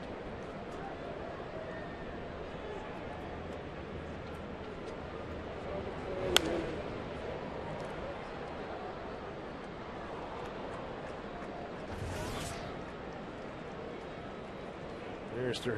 Hernandez work thus far. Everybody should be excited with the Texas Rangers coming to town the next 4 days. Big series, concluding the first half of the season. Goody checks in, base hit.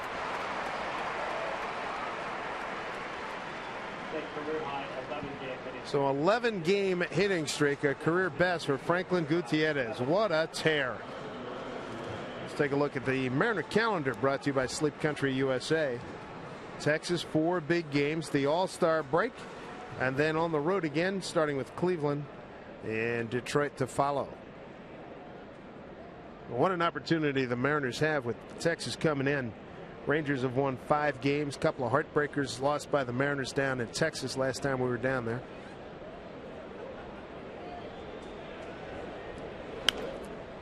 Fouled off by Langerhans, who doubled and lined out to right.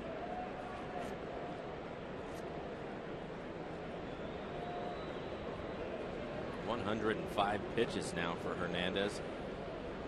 Orioles have some action out in their bullpen, so he won't be around much longer. 0-1 to Langerhans. He's had a base runner in every inning too. He's had to pitch around some trouble, other than the 2-run homer by Lopez back in the first. Both guys have done a nice job of pitching out of trouble today.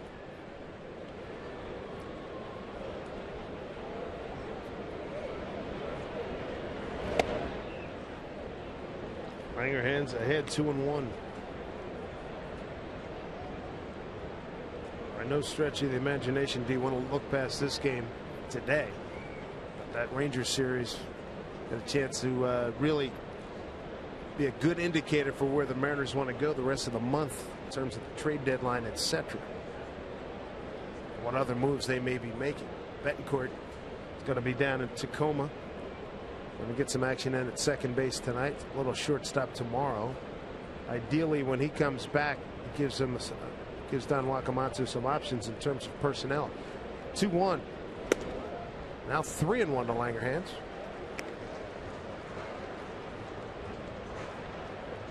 Kenji Jojima is on deck, 1 for 2.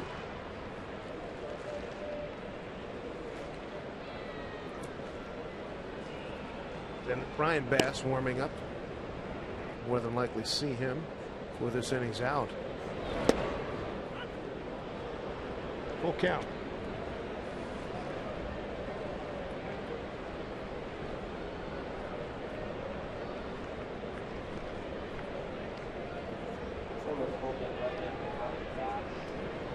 Long look by Hernandez. Here comes the 3-2 to Langerhans.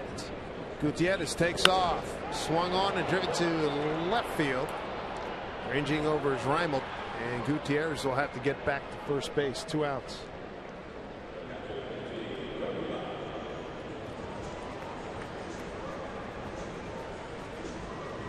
Jose Lopez, first inning, 2-run homer. He got it on an 0-2 pitch with Woodward aboard.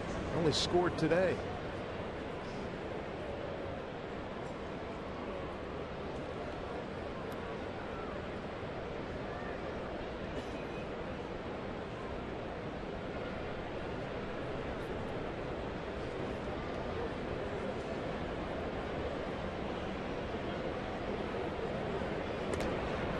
Gutierrez is back. He's 5 out of 10 in base stealing.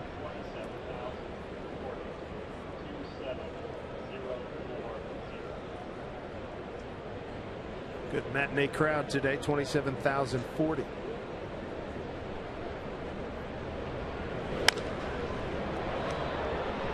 Short center field, Jones coming in. Shortstop going out. Jonesy makes the catch. That'll do it for the Mariners. They leave another one on. So that's 1, 2, 3, 4, 5 consecutive innings. They've left a runner on. It's 2-0 Mariners.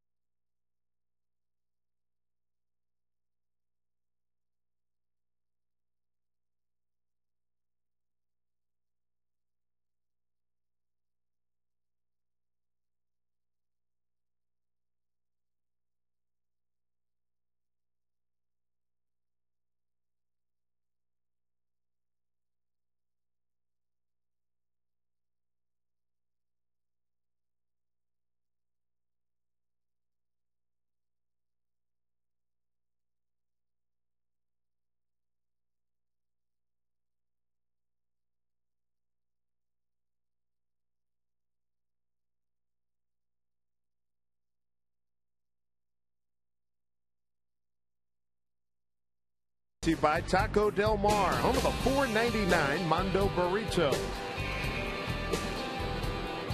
Welcome back, everybody. Good crowd here at Safeco Field this matinee on a Wednesday here in July. 2-0. Mariners on top. The Jose Lopez 2-run homer in the first is the difference.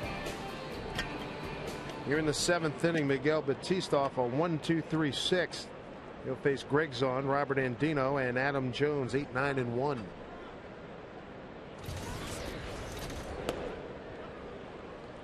Called strike to the Oriole catcher. Last time we saw Batista Sunday in Boston, 2/3 of an inning, 3 runs all earned, a couple of hits and a walk. That was the 8-4 win for the Red Sox that denied the Mariners a sweep.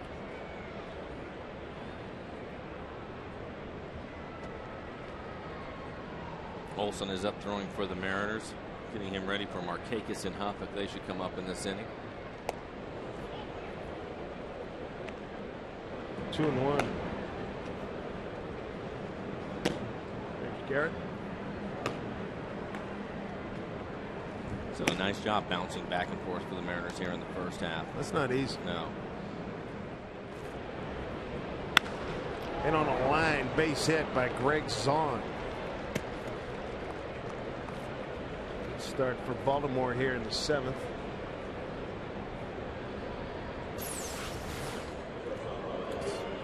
Zahn's been doing it for a long time. I'm sure they keep him here for his defense, helping out the young catcher Wieters, but he's getting an opportunity to play in a day game. Checks in with a base hit. The Mariners going to watch Oscar Salazar come in. He's going to pinch hit here for Robert Andino.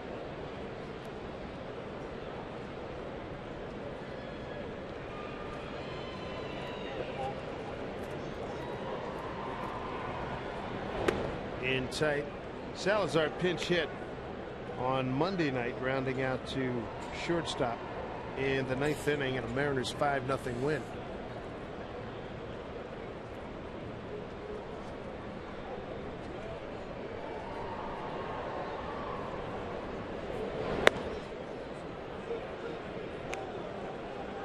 So 2-0 to Salazar, who just got in off the bench.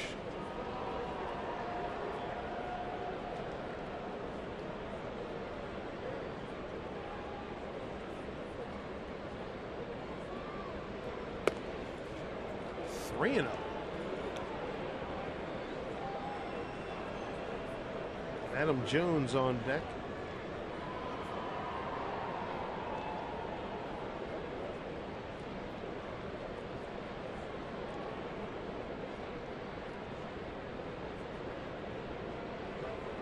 Wow. That was not. He has a blister. I guarantee it. His velocity has come back down. All those pitches up and in. Yeah. And he looks uncomfortable to me. He's generally not that out of sorts. No, and to miss in the same spot. To a guy just coming in off the bench. Rick Adair going to come out. He kept looking down at his finger, too. Mm-hmm.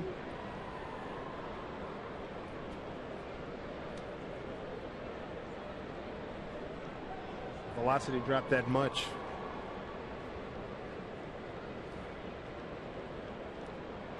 So now he'll have to deal with Adam Jones, who's 1 for 3 today. Well, convince Rick Adair that he's okay, at least for one more hitter. You have the lefty Markakis on deck.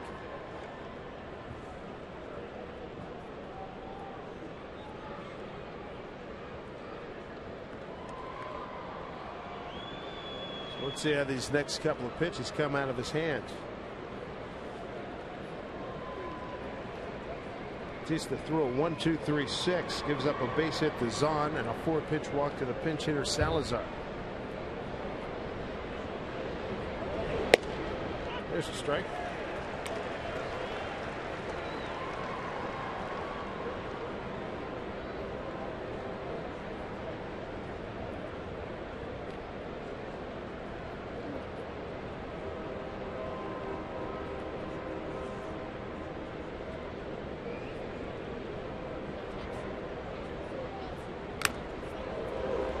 Ain't up Kenji Jojima. Thank goodness for the helmet. Thank goodness for the mask.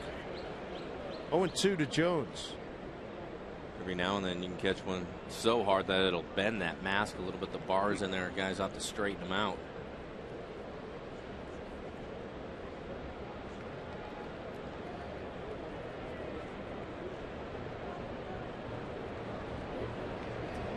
Mariners turn to double play in the 5th. Woodward bobbles. Uh-oh! Everybody's safe.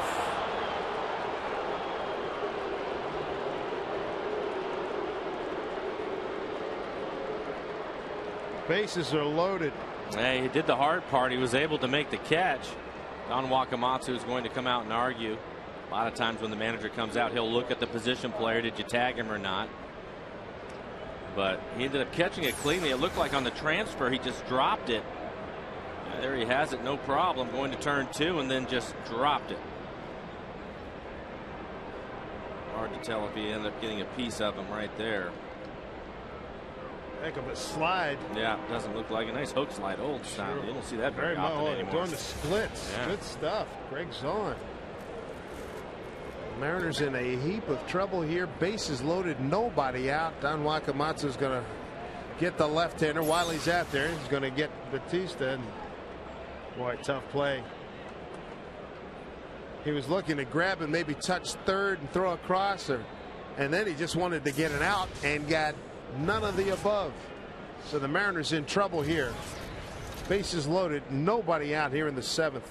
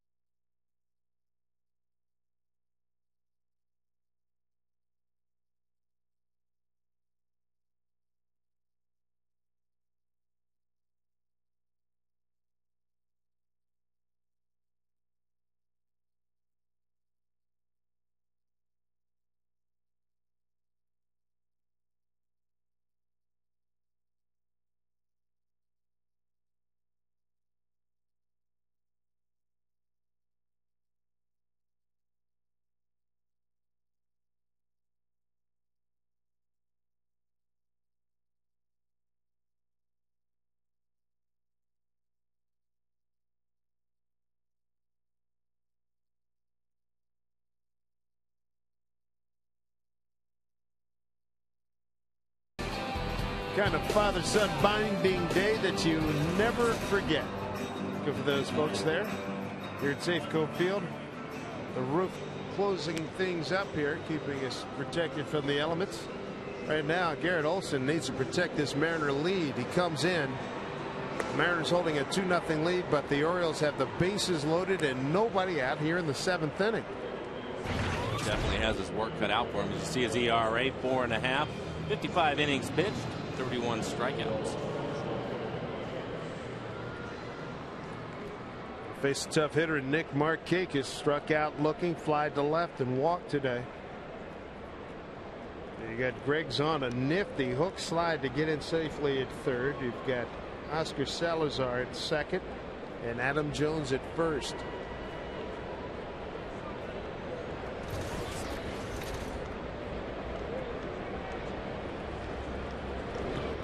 Oh, crossed him up. Sure did.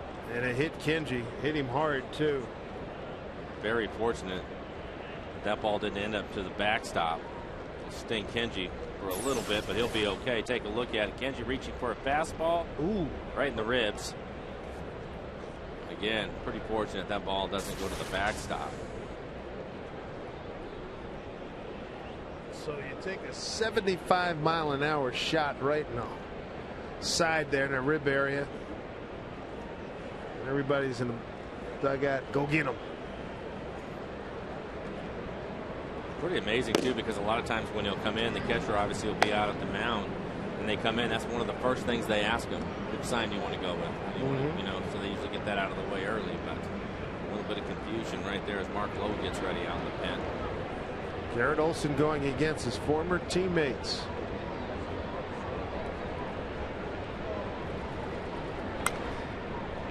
Right below us, count evens at 1-1.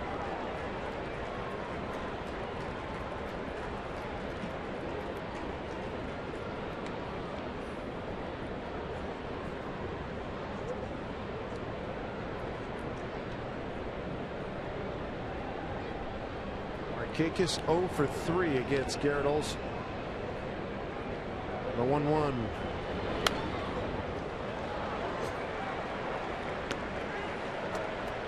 Well, if you're sitting at home, sitting in a ballpark, you're looking for a strikeout and a double play to the next hitter and get out of this thing.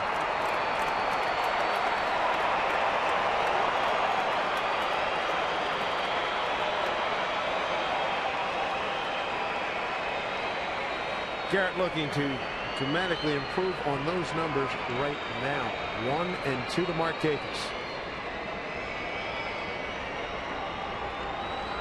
Swing and a miss. There's the strikeout. All right, that's part one. You throw a double play ball, he's going to get one heck of an ovation here at Safeco. Threw him a bunch of fastballs and then strikes him out with a pretty good slider down in the zone. Markakis way out in front of it.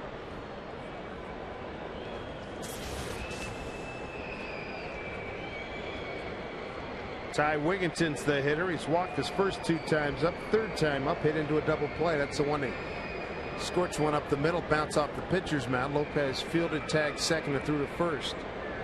We got Twin killing. Swing and a miss on a good curveball.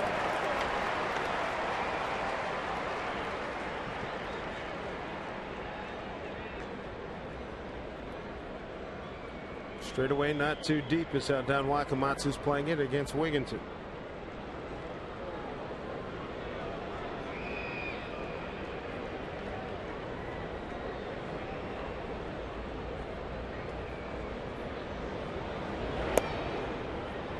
One and one.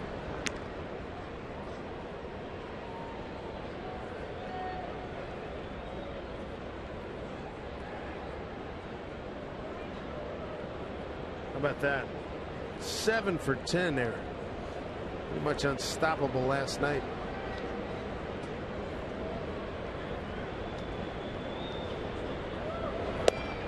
Pull the string on him. 1-2 to Ty Wigginton. Smart pitching on Olson's part. He threw some fastballs to Markakis before he put him away with a slider. Wigginton, obviously watching that from the on-deck circle, goes up and he sees one breaking ball and 2 changeups. Finds himself in a 1-2 hole.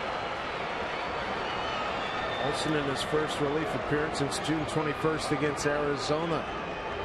Here's the 1-2 to Wigginton. Down low.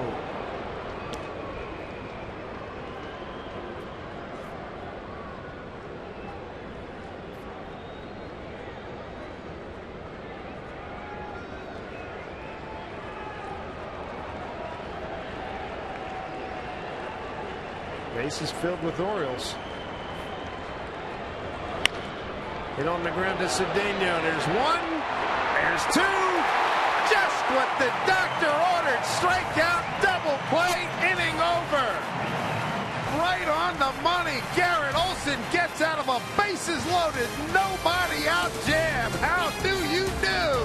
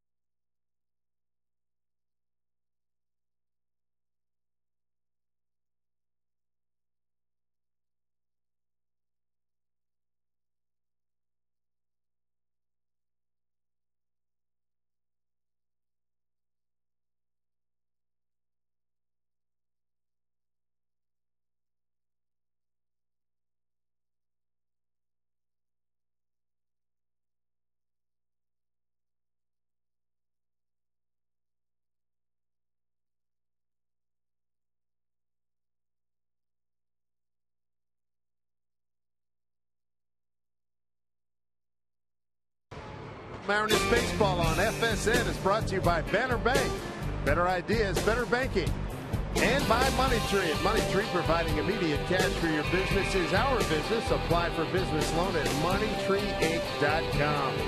Dave Sims, Mike Flowers, FSN crew here at Seattle. Homestand continues 2-0. I think, and Kenji Jones, it's nice to be able to laugh about that, particularly after you get out of a bases loaded, nobody out. Oh my God, what's going to happen next situation? Man, that had to hurt. Well, we know Kenji can take a punch. Wow, that had to hurt. Dude, you owe me. Again, very fortunate that it stayed in front of him. I know it does hurt, but I'm sure he'll trade it. A little bruise on the side. Keep those runners where they were at. Great job by Olsen. The Orioles 0 for 11 with men in scoring position today. Ryan Bass, the new pitcher. Valentine bounces one to Moore. Bare hand. Got him. That's some play. Melvin Moore. Thought maybe he made a mistake when he sat back on it. He initially wanted to come get it. Sits back, makes the barehanded play. Nice job, get some momentum going towards first as he's barehanding it, though, and then a nice pick over at first by Huff. That is a fine play.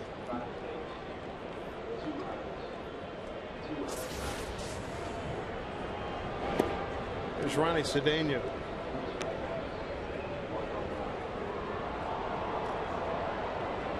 One down here in the 7th. Cedeno 0 for 2 today. That ground ball by Ballantyne, just the second ground ball out produced by the Mariners as we look at the numbers for Brian Bass.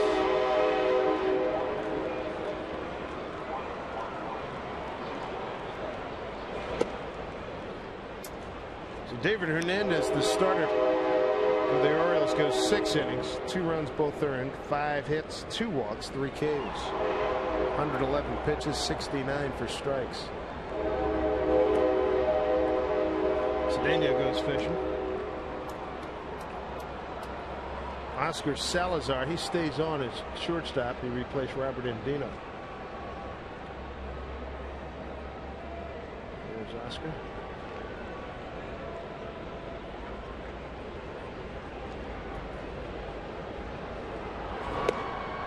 Cedeno is retired, 2 outs. If you're single and a Mariners fan, join us at Safeco Field next Saturday for singles night. Romance is going to be in the air at the Mariners-Rangers game with some of the most eligible bachelors and bachelorettes in the Northwest. Your ticket includes a seat in the singles night section, admission to the pregame party, and your first beverage. For tickets to singles night, visit mariners.com/singles. Ichiro fouls one off. Ichiro DHing today. He's 0 for 3.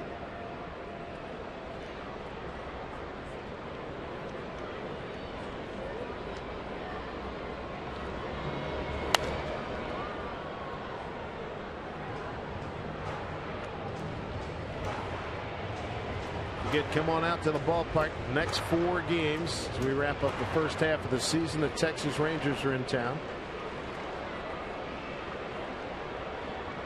Mariners looking for their first win against Texas this season. And Ichiro strikes out to end the 7th inning. 1-2-3 inning turned in by Brian Bass. The good news, Mariners still lead 2-0.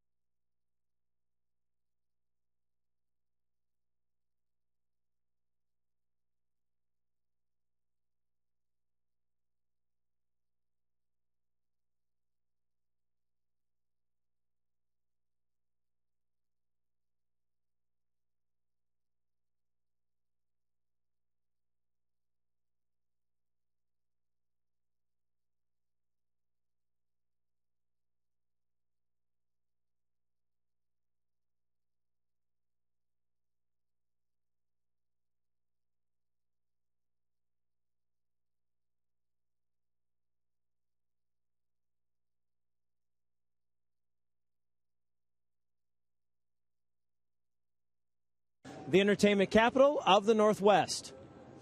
The Tracer system uses 3 cameras to track every pitch. With this tracking information, we can show you where the ball crosses the front plane of the plate.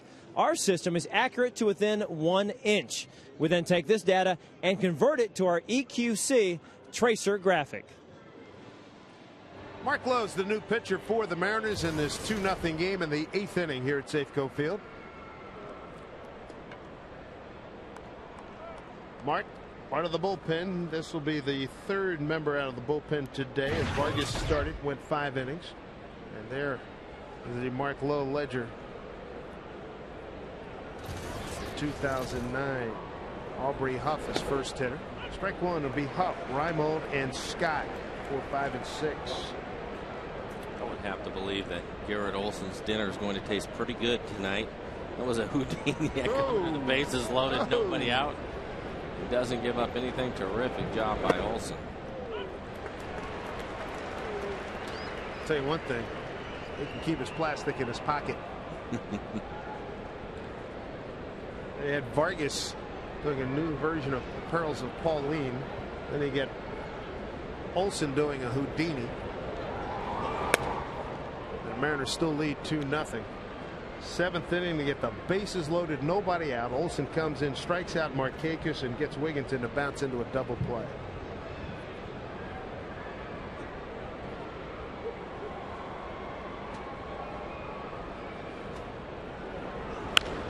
Was hit hard to center field. Gutierrez. Oh, yeah! Gutierrez with another spectacular play in center field. 1 down.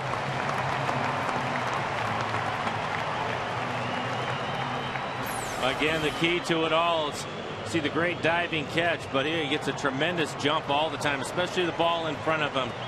He always gets a really good jump on it. Nice play. It's Mike Sweeney leading the cheers in the dugout. Lots of like there. 1 out here in the 8th.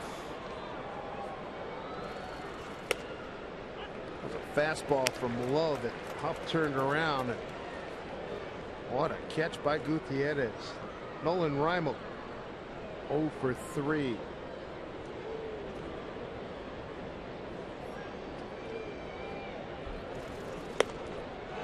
Mark Lowe heating it up.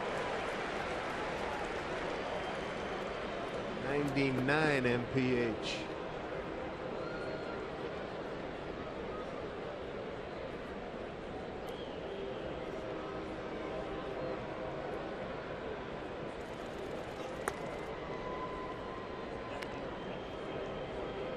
Ball and 2 strikes.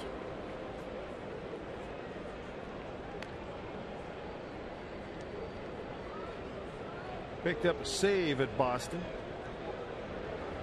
First of the year.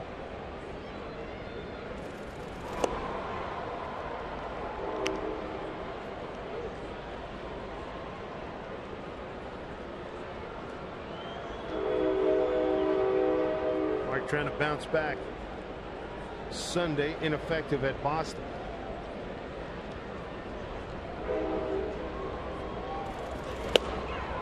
Strike 3 called. He took a look at a 2-2 pitch and he's headed back to the bench. 2 outs here in the 8th. Well, we talked about the guys and the amount of use that they've been getting this first half of the season. Mark Lowe today, 98. 1 at 99. You see that last pitch. Nice movement on the fastball, too. Run right back on the outside corner.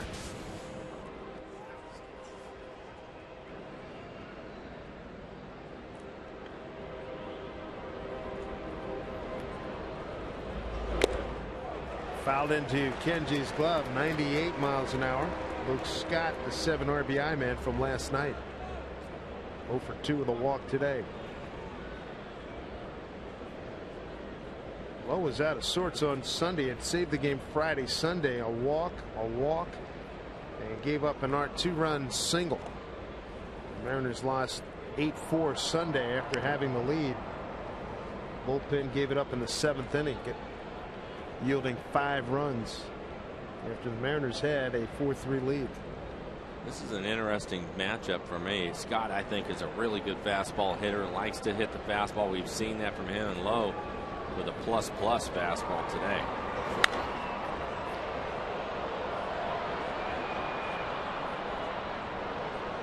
Play.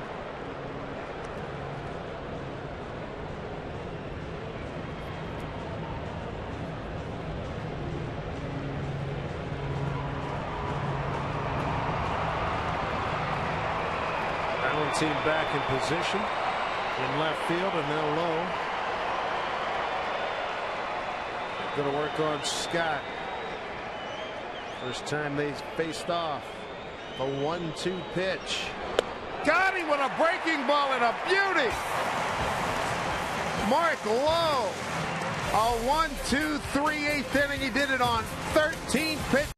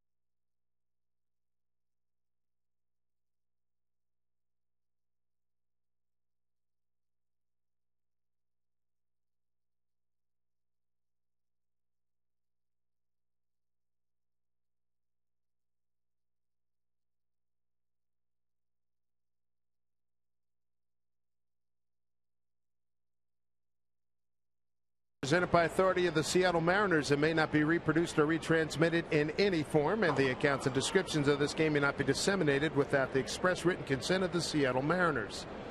That young guy, he's going to make sure you see him and say hello.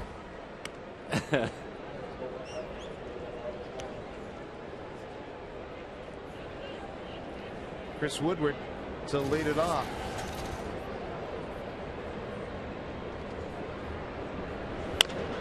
Bouncing ball to the new shortstop Salazar. 1 out. It was a dream season for the University of Washington softball team, crowned NCAA champions for the first time in school history. Today at 5, National Player of the Year Danielle Laurie and her head coach Heather Tarr talk about the miraculous journey to the top on In My Own Words, only on FSN. I think we've seen a few signs, guys willing to trade their sisters in for a rally prize. It's nice to see one that would actually kiss his sister. David Ardsma getting ready.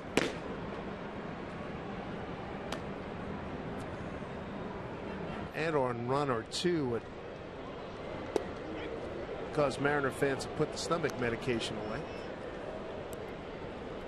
Don Wakamatsu's probably on board with that. Yeah. 2-0 to Brendan. High towering drive, center field. Ranging back is Jones, just about a half a foot shy of the track. 2 outs. That young man can get the ball in the air and keep it there, can he? Unreal. Tommy Hunter, Felix Hernandez. They'll be the starters tomorrow when the Rangers come to town. First of 4, final 4 games before the All-Star break. And again, the Mariners 0-5 against the Rangers. A lot of payback. Get back in this race, getting him tighter. Here's Lopez fouling one off his foot. His first inning home run, 2-run shot. The only scores this afternoon. He got it on an 0-2 pitch. Sent it down the line, kept it fair. Hit it off that upper deck. He's another one over the glove of Melvin Moore down into the corner. Lopez running hard out of the box. He'll get an easy double.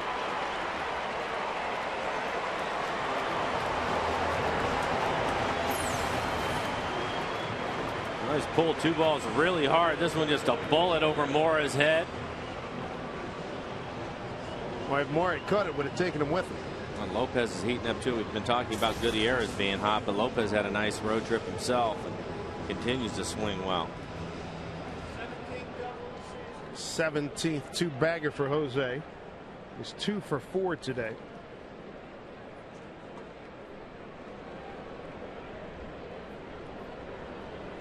Here's Gutierrez, got a base hit to left. Last time up, he's 1 for 3. Curveball for strike.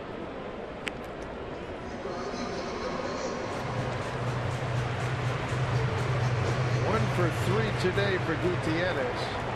21 for his last 43. 11-game hitting streak.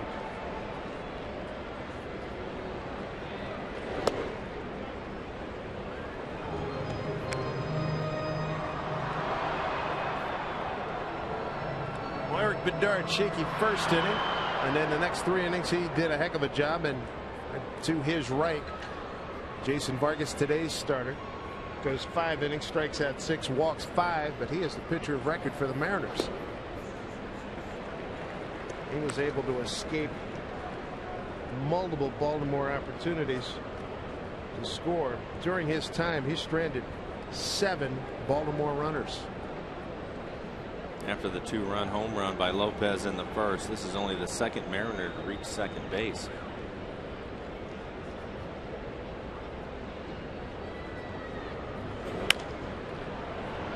Shortstop Salazar throws it away. Lopez is going to score. And a routine play that would have ended the inning. Mariners will take it. It's 3-0 Seattle.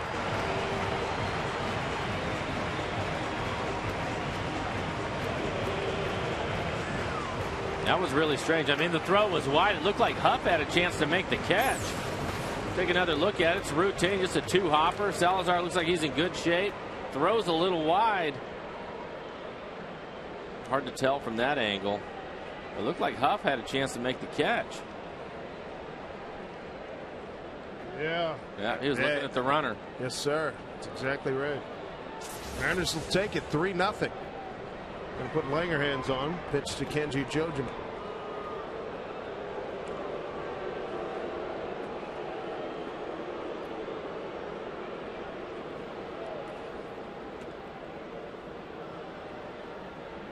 Two outs. That'll set up a force at every bag. Plus, you want the right-hander against the right-hander.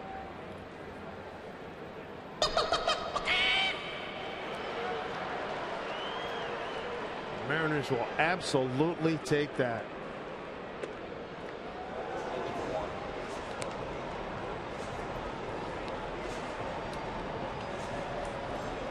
Kenji today has 1 base hit. Infield hit. That was back in the 4th. He's 1 for 3.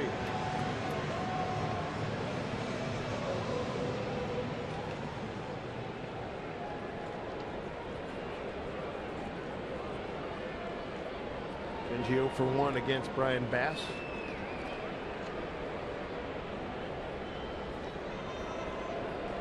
And he's got an RBI. Maybe 2 wait for him. Inside, ball 1.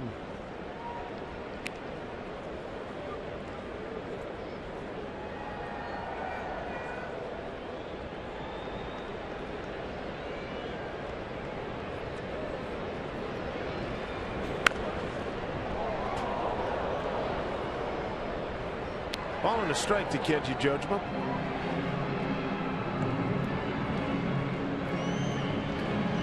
Kenji last played on Sunday, went 1 for 4 up in Boston. That base hit, he's now hit in 4 of his last 5 games. The 1-1. Breaking ball, dribbled foul.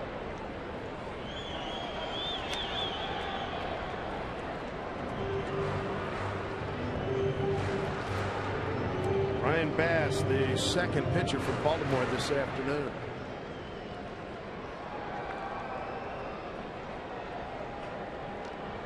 Ryan out of Pinehurst, North Carolina.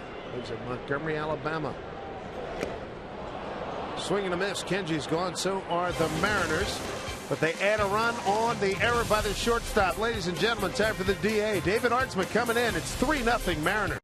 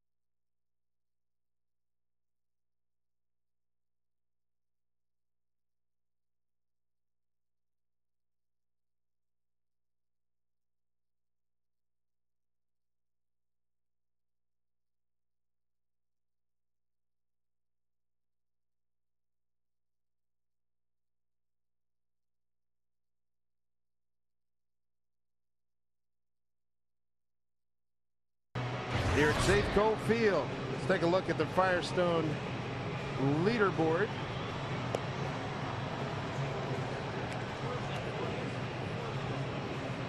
Verizon Wireless Hope Line cell phone drive. Make sure you bring your cell phone on Thursday to Safeco Field.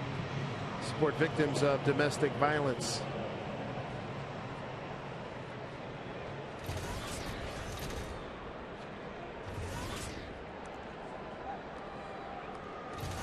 Here's your Firestone leaderboard. Best American League opponents average amongst relievers. Joe Nathan, David Artsman is number 2, followed by Phil Koch, Andrew Bailey, and David Robertson. Bottom third of the order, Melvin Mora leading off.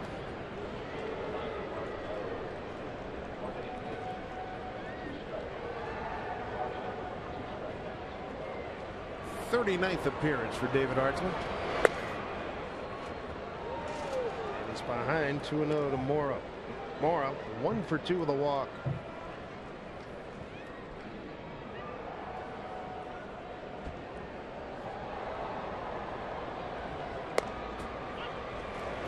There's a strike. You want to talk about dominant the first half to show the average 165. 48 strikeouts and 38 innings pitched. Langerhand's long run, one hop off the fence. Mora will get a leadoff double on a 2-1 fastball.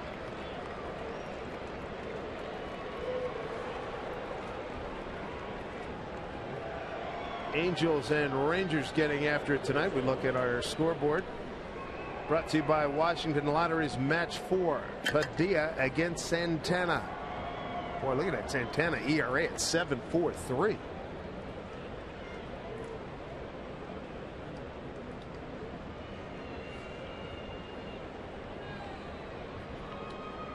Here's the Oriole catcher, Greg Zahn. Single to right his last time up, 1 for 3. Struck out his first 2 times. Up high.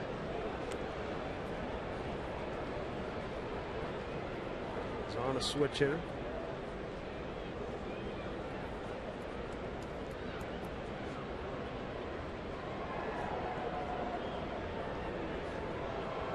Morris at second base. Artsman up high today.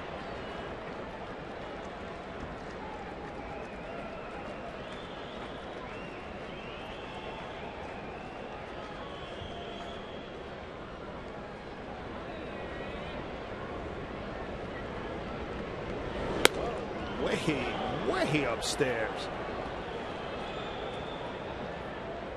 Correct me if I'm wrong, but I think in the first half we've only seen him struggle with his command one time. Tops. Yeah, and so far, is it 7 pitches, 5 of them are balls. We just haven't seen that from him. Typically has done a really nice job in the first half throwing strikes. He went 2-0 and 2-1 with Moore. Gave up a double. He's 3-0 to Zahn. Got Oscar Salazar on deck. There he is, back for a strike, 3-1. Artsman, native of Denver, Colorado.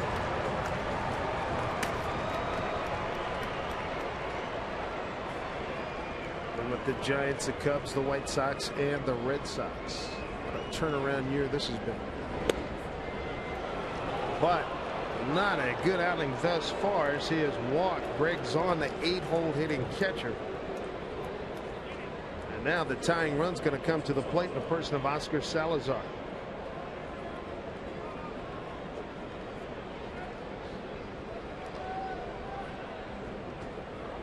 Bullpen today, Batista, Olsen, and Lowe. Giving up just 1 hit, struck out 3. Strike 1.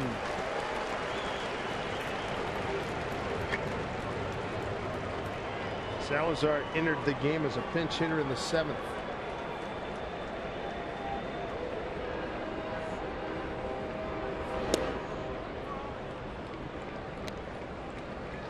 One and one. Mariners trying to win their 10th game in a rubber match. They're 9-2. Winning 9 consecutive games like that to win series. Back with a strike and a big one. 1-2.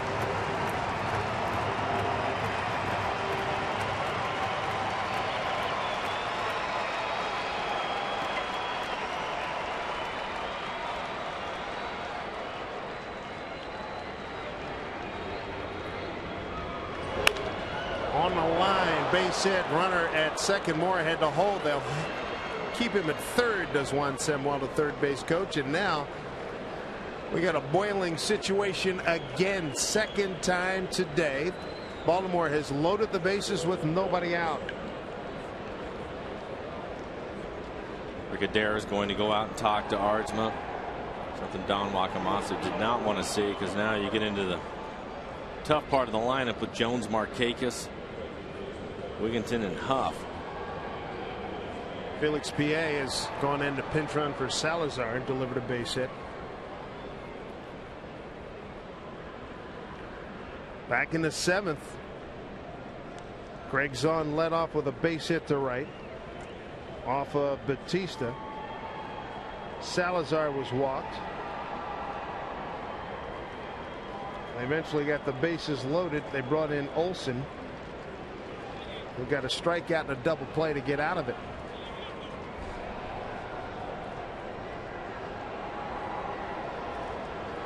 Top of the order, Adam Jones.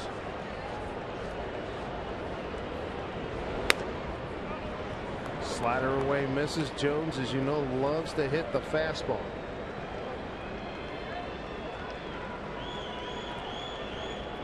Got 1 hit today, 1 for 4. Seriously hot water for the DA. Swing and a miss, 1-1.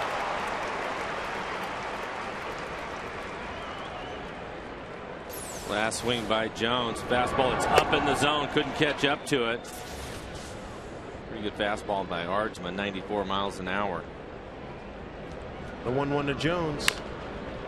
Bouncing ball, Woodward charge, boots, nothing. Run scores, 3-1. That'd be a base hit and an RBI for Jones.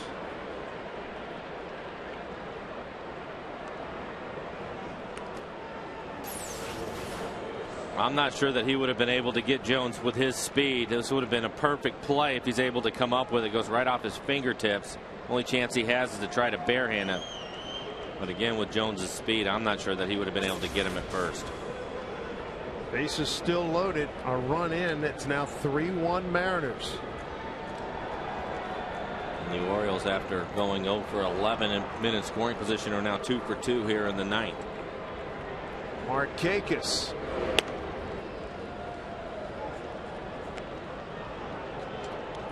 And a struggle here this afternoon for David Artsman. Sean White starting to throw.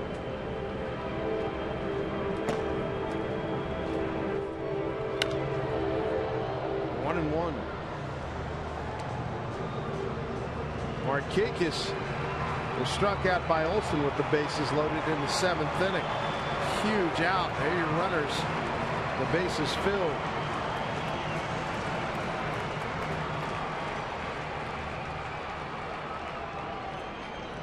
Artsman's worked himself into a jam here. Nobody out. Pitch. Fouled straight back.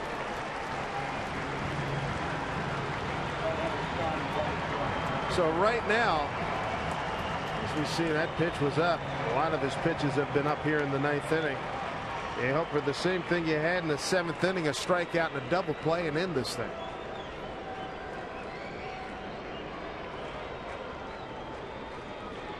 Here comes the 1-2 to Markakis. 2 balls, 2 strikes.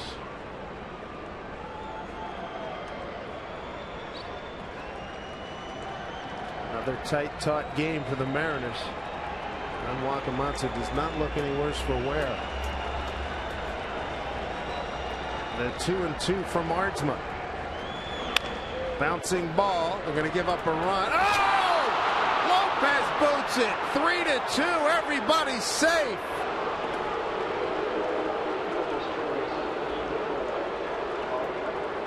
Fielder's choice. E4 RBI for Markakis. Looked like Lopez was trying to be a little too quick, trying to get the double play. As he spins back towards second base, he just drops it. Boy.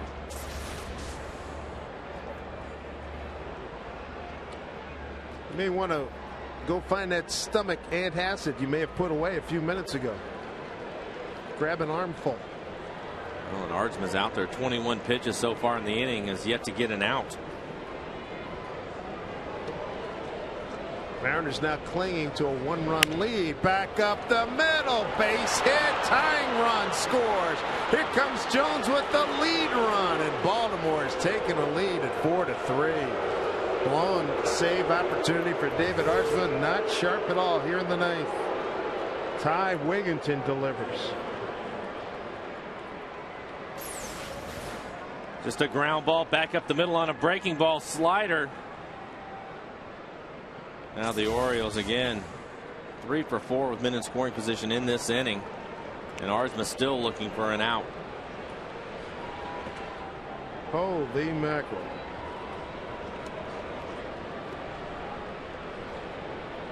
And Wacht's going to have to come get his ace. He flat did not have it today. They're going to bring in Sean White. 4-3 Orioles. Still nobody out here at Safeco.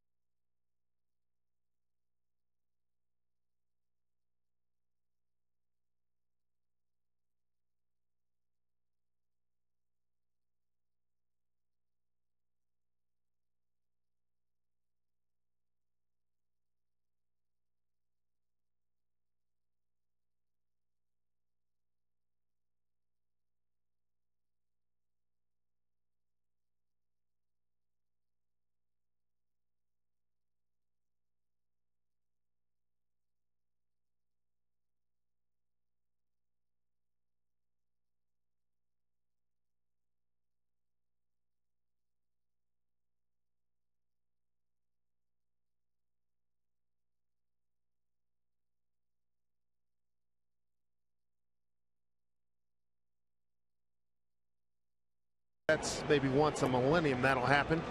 David Artsman did not have it today. Now Sean White, he's got to come in first, and a couple of men on, first and second. Nobody out and 4 runs in.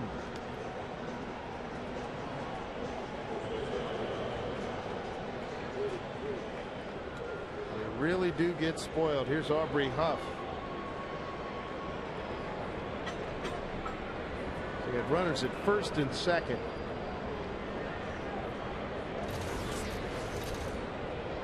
First pitch from Sean White.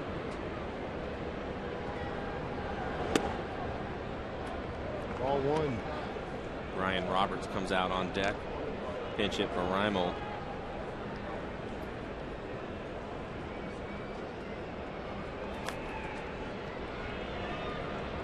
White needs a double play ground ball desperately. Misses away. 2-0. Batista pitched an inning, gave up a hit, no runs. Olson came in, did an unbelievable job getting out of a base loaded no out situation. Lowe throws a scoreless inning, and then Artsma has easily the worst outing he's had all year. Slow roller. Cedeno to get the 1, and that'll do it. Good hard clean baseball there down at second base. Ty Wigginton taking out Lopez.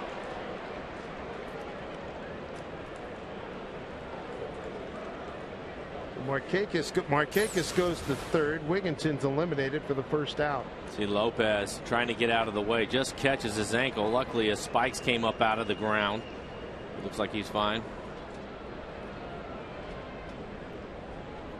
Lead foot, the left foot for clean slide. Sure was. All he had to do is be able to touch the base. He certainly could do that. And as slowly as that hits, I'm surprised Lope stayed in the neighborhood to get any contact. Right. Ryan Roberts is going to pinch hit. Slumping second baseman, a regular second baseman. He's a switch hitter, an all-star performer. First and third. As White throws a strike.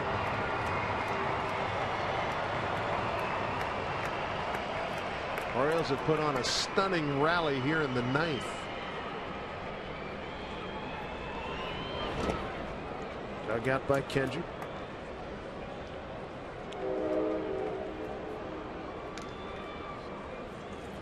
George Sherrill, their closer. He'll be in the bottom of the ninth inning. Former Mariner.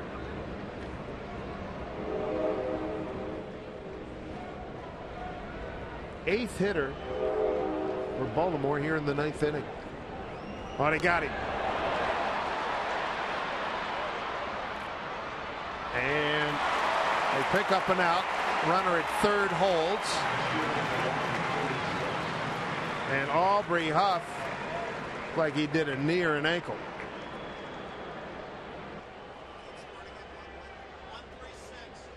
Huge break for the Mariners on that. Rarely do you see that first and third move. He wasn't going anywhere either. He wasn't trying to steal the base. He was just getting a secondary lead and wasn't paying attention to the pitcher at all. He was watching home.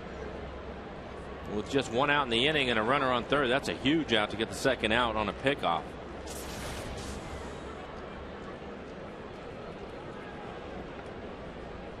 So Huff slowly walks off. 2 outs, runner at third, 4 runs in. Orioles by a run.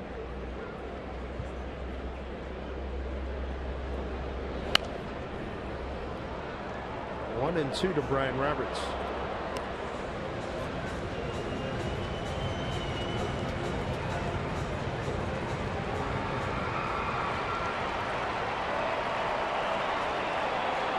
So the Mariners are going to have to pick up their closer, David Artsman. First things first, they have to get Brian Roberts here.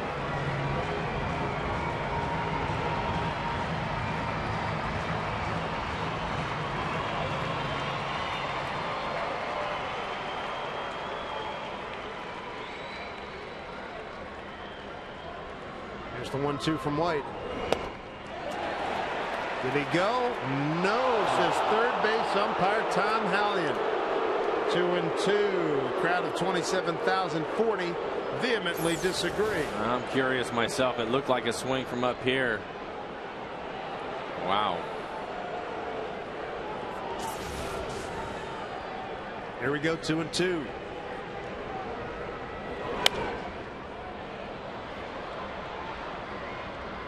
Keep it right here at a 1-run deficit. It's a critical out.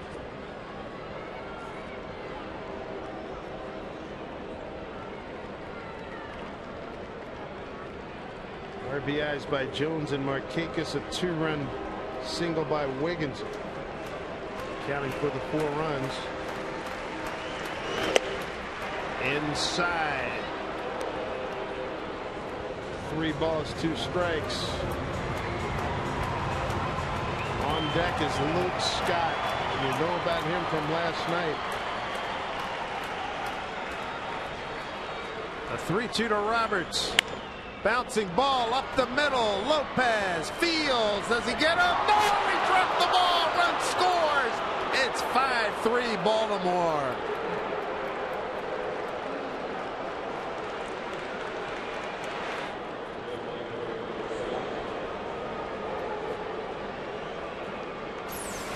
Lopez gets up the middle in plenty of time. Pretty good shape. Is able to get in front of that. Rushes his throw. Throws it in the dirt. And Brandon can't come up with it. It goes right off the end of his glove. Boy, oh boy. So an E4 charged to Jose Lopez. And now Baltimore has a 2-run advantage with Luke Scott at the plate. Big swing and a miss. So in this inning, Woodward's made an error. And so is Lopez.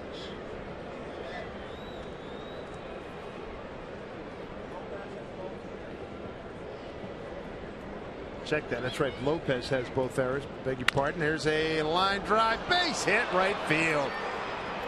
Making a turn to third is Roberts. He'll get there easily. So the Orioles have come out pounding here in the 9th inning.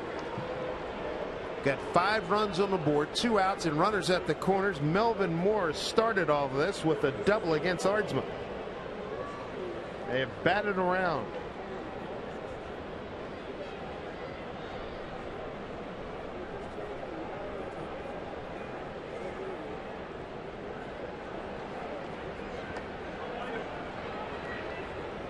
This is one stunned group.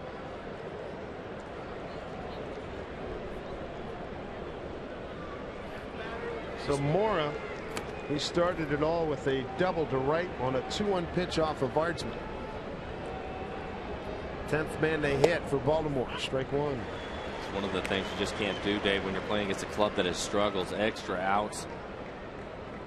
They're killers, especially late in the game.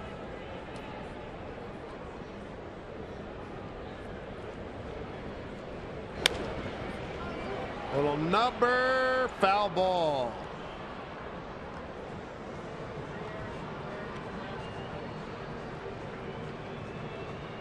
So the Mariners then pick up an error in the 7th and then 2 errors here in the 9th. They got away without any run scoring in the 7th. Error by Woodward, but the look on that lady's face pretty much says it all for everybody who's a Mariner fan. Boys are going to have to do some work in the bottom of the 9th.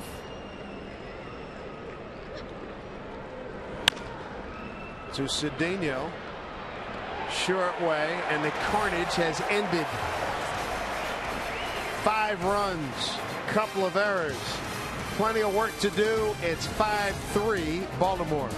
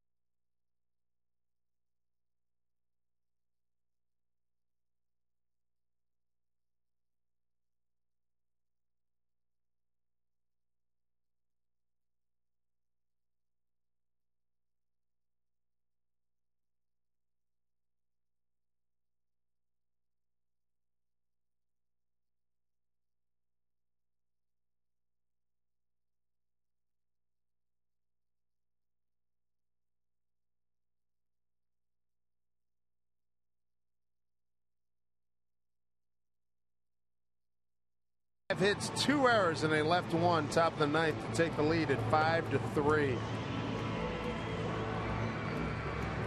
Well, tonight on Mariners All Access, a controversial subject takes center stage as Ken Griffey Jr. and other players debate the best-looking Mariner.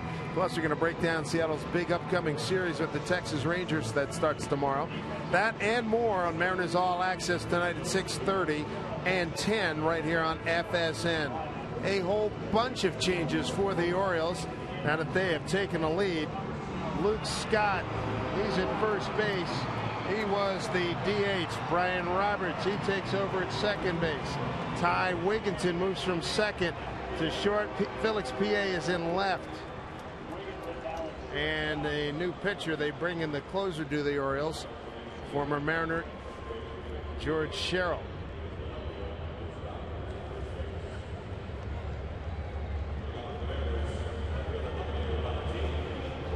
So the bullpen, Mike had been throwing a perfect day, and then it just all blew up here in the 9th inning. Well, yeah, David Ardsman's been outstanding, and we said we've seen him struggle now 2 times for the year. We expect perfection, as you mentioned. Dave, just didn't happen for him today, but he didn't get much help either. And a nice double play ball that didn't get turned, and another error that was costly. Balancing the hitter. 8-9-1 here for the Mariners against George Sherrill.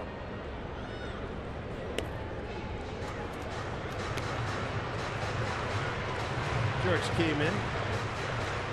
Non-save situation last night, gave up a run, 2 hits, and recorded a strikeout.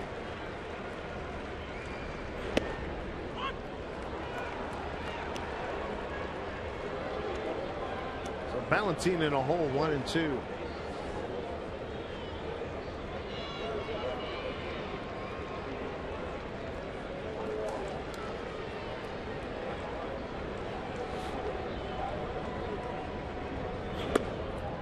In tight to Ballantine and the line on Ardsman. 5 runs, 3 earned, 4 hits, 1 walk. Did not record an out.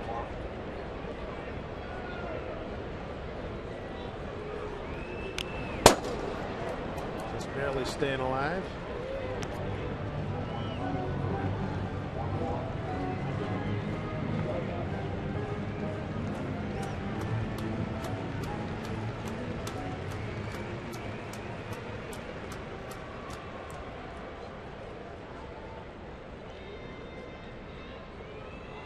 Two and 2. Ballantine's gone, 1 out.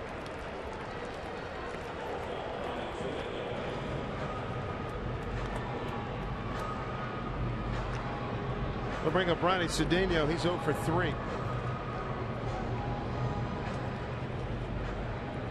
It's like Neil Young's younger brother. Great Hall of Fame rock and roll guitarist.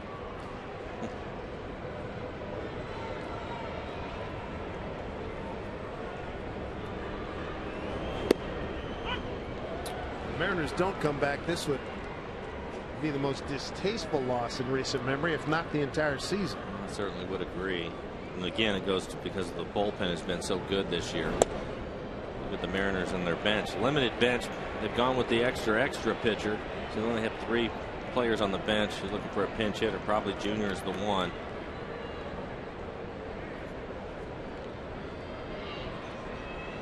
Not a good day for John Wetland's bullpen crew. Bouncing ball to Wigginton.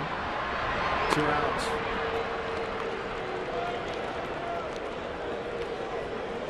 Mariners down 2. They need Ichiro to get on board here.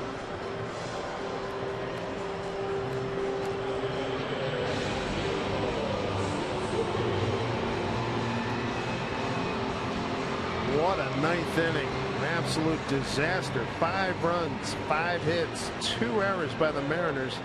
The Orioles left the runner to take a 5-3 lead. And Junior comes out on deck to hit for Woodward. He's just hoping for a chance. Mariners down a couple of runs. Give Junior a chance to hit one in the seats.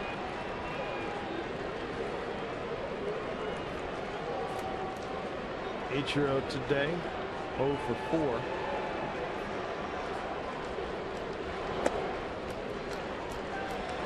George staying away from him. 2-0.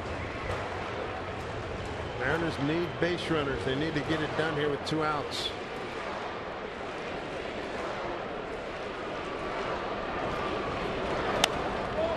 Slicing drive. That'll get out of play.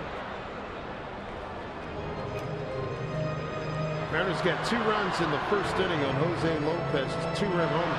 They don't score again until the 8th. And that they were beneficiaries of an error by the shortstop Salazar. To left field, base hit.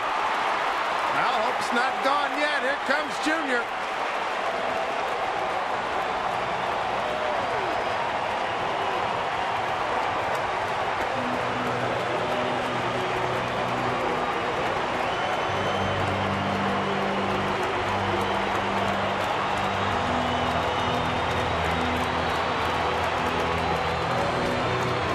One of the reasons why you wanted him back on the ball club for moments just like this. 0 for 1 against George Sherrill.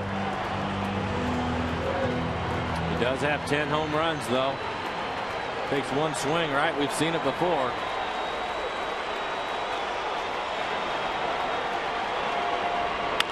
Bouncing ball. Robertson make that Wigginton's there, and that is the ball game. That is a crushing defeat for the Mariners today. They absolutely gave up the farm in the 9th inning as the Orioles put 5 runs on the board, and they take this series to Baltimore. They win today 5-3, and then it's a 9-game run for the Mariners in rubber matches. And this one, they'll be thinking about this until tomorrow when they have to come back to the yard and tee it up against the Texas Rangers in a very important matchup. The Rangers are 5-0 against the Mariners this year, and the Mariners are going to have to really bounce back. Bass gets the win, the loss to Aardsma, the save to George Sherrill, and a very difficult, distasteful loss for the Mariners today. They held a lead up until the 9th inning. It was a 3-0 advantage, and they could not hold on. They put such a reliance on the bullpen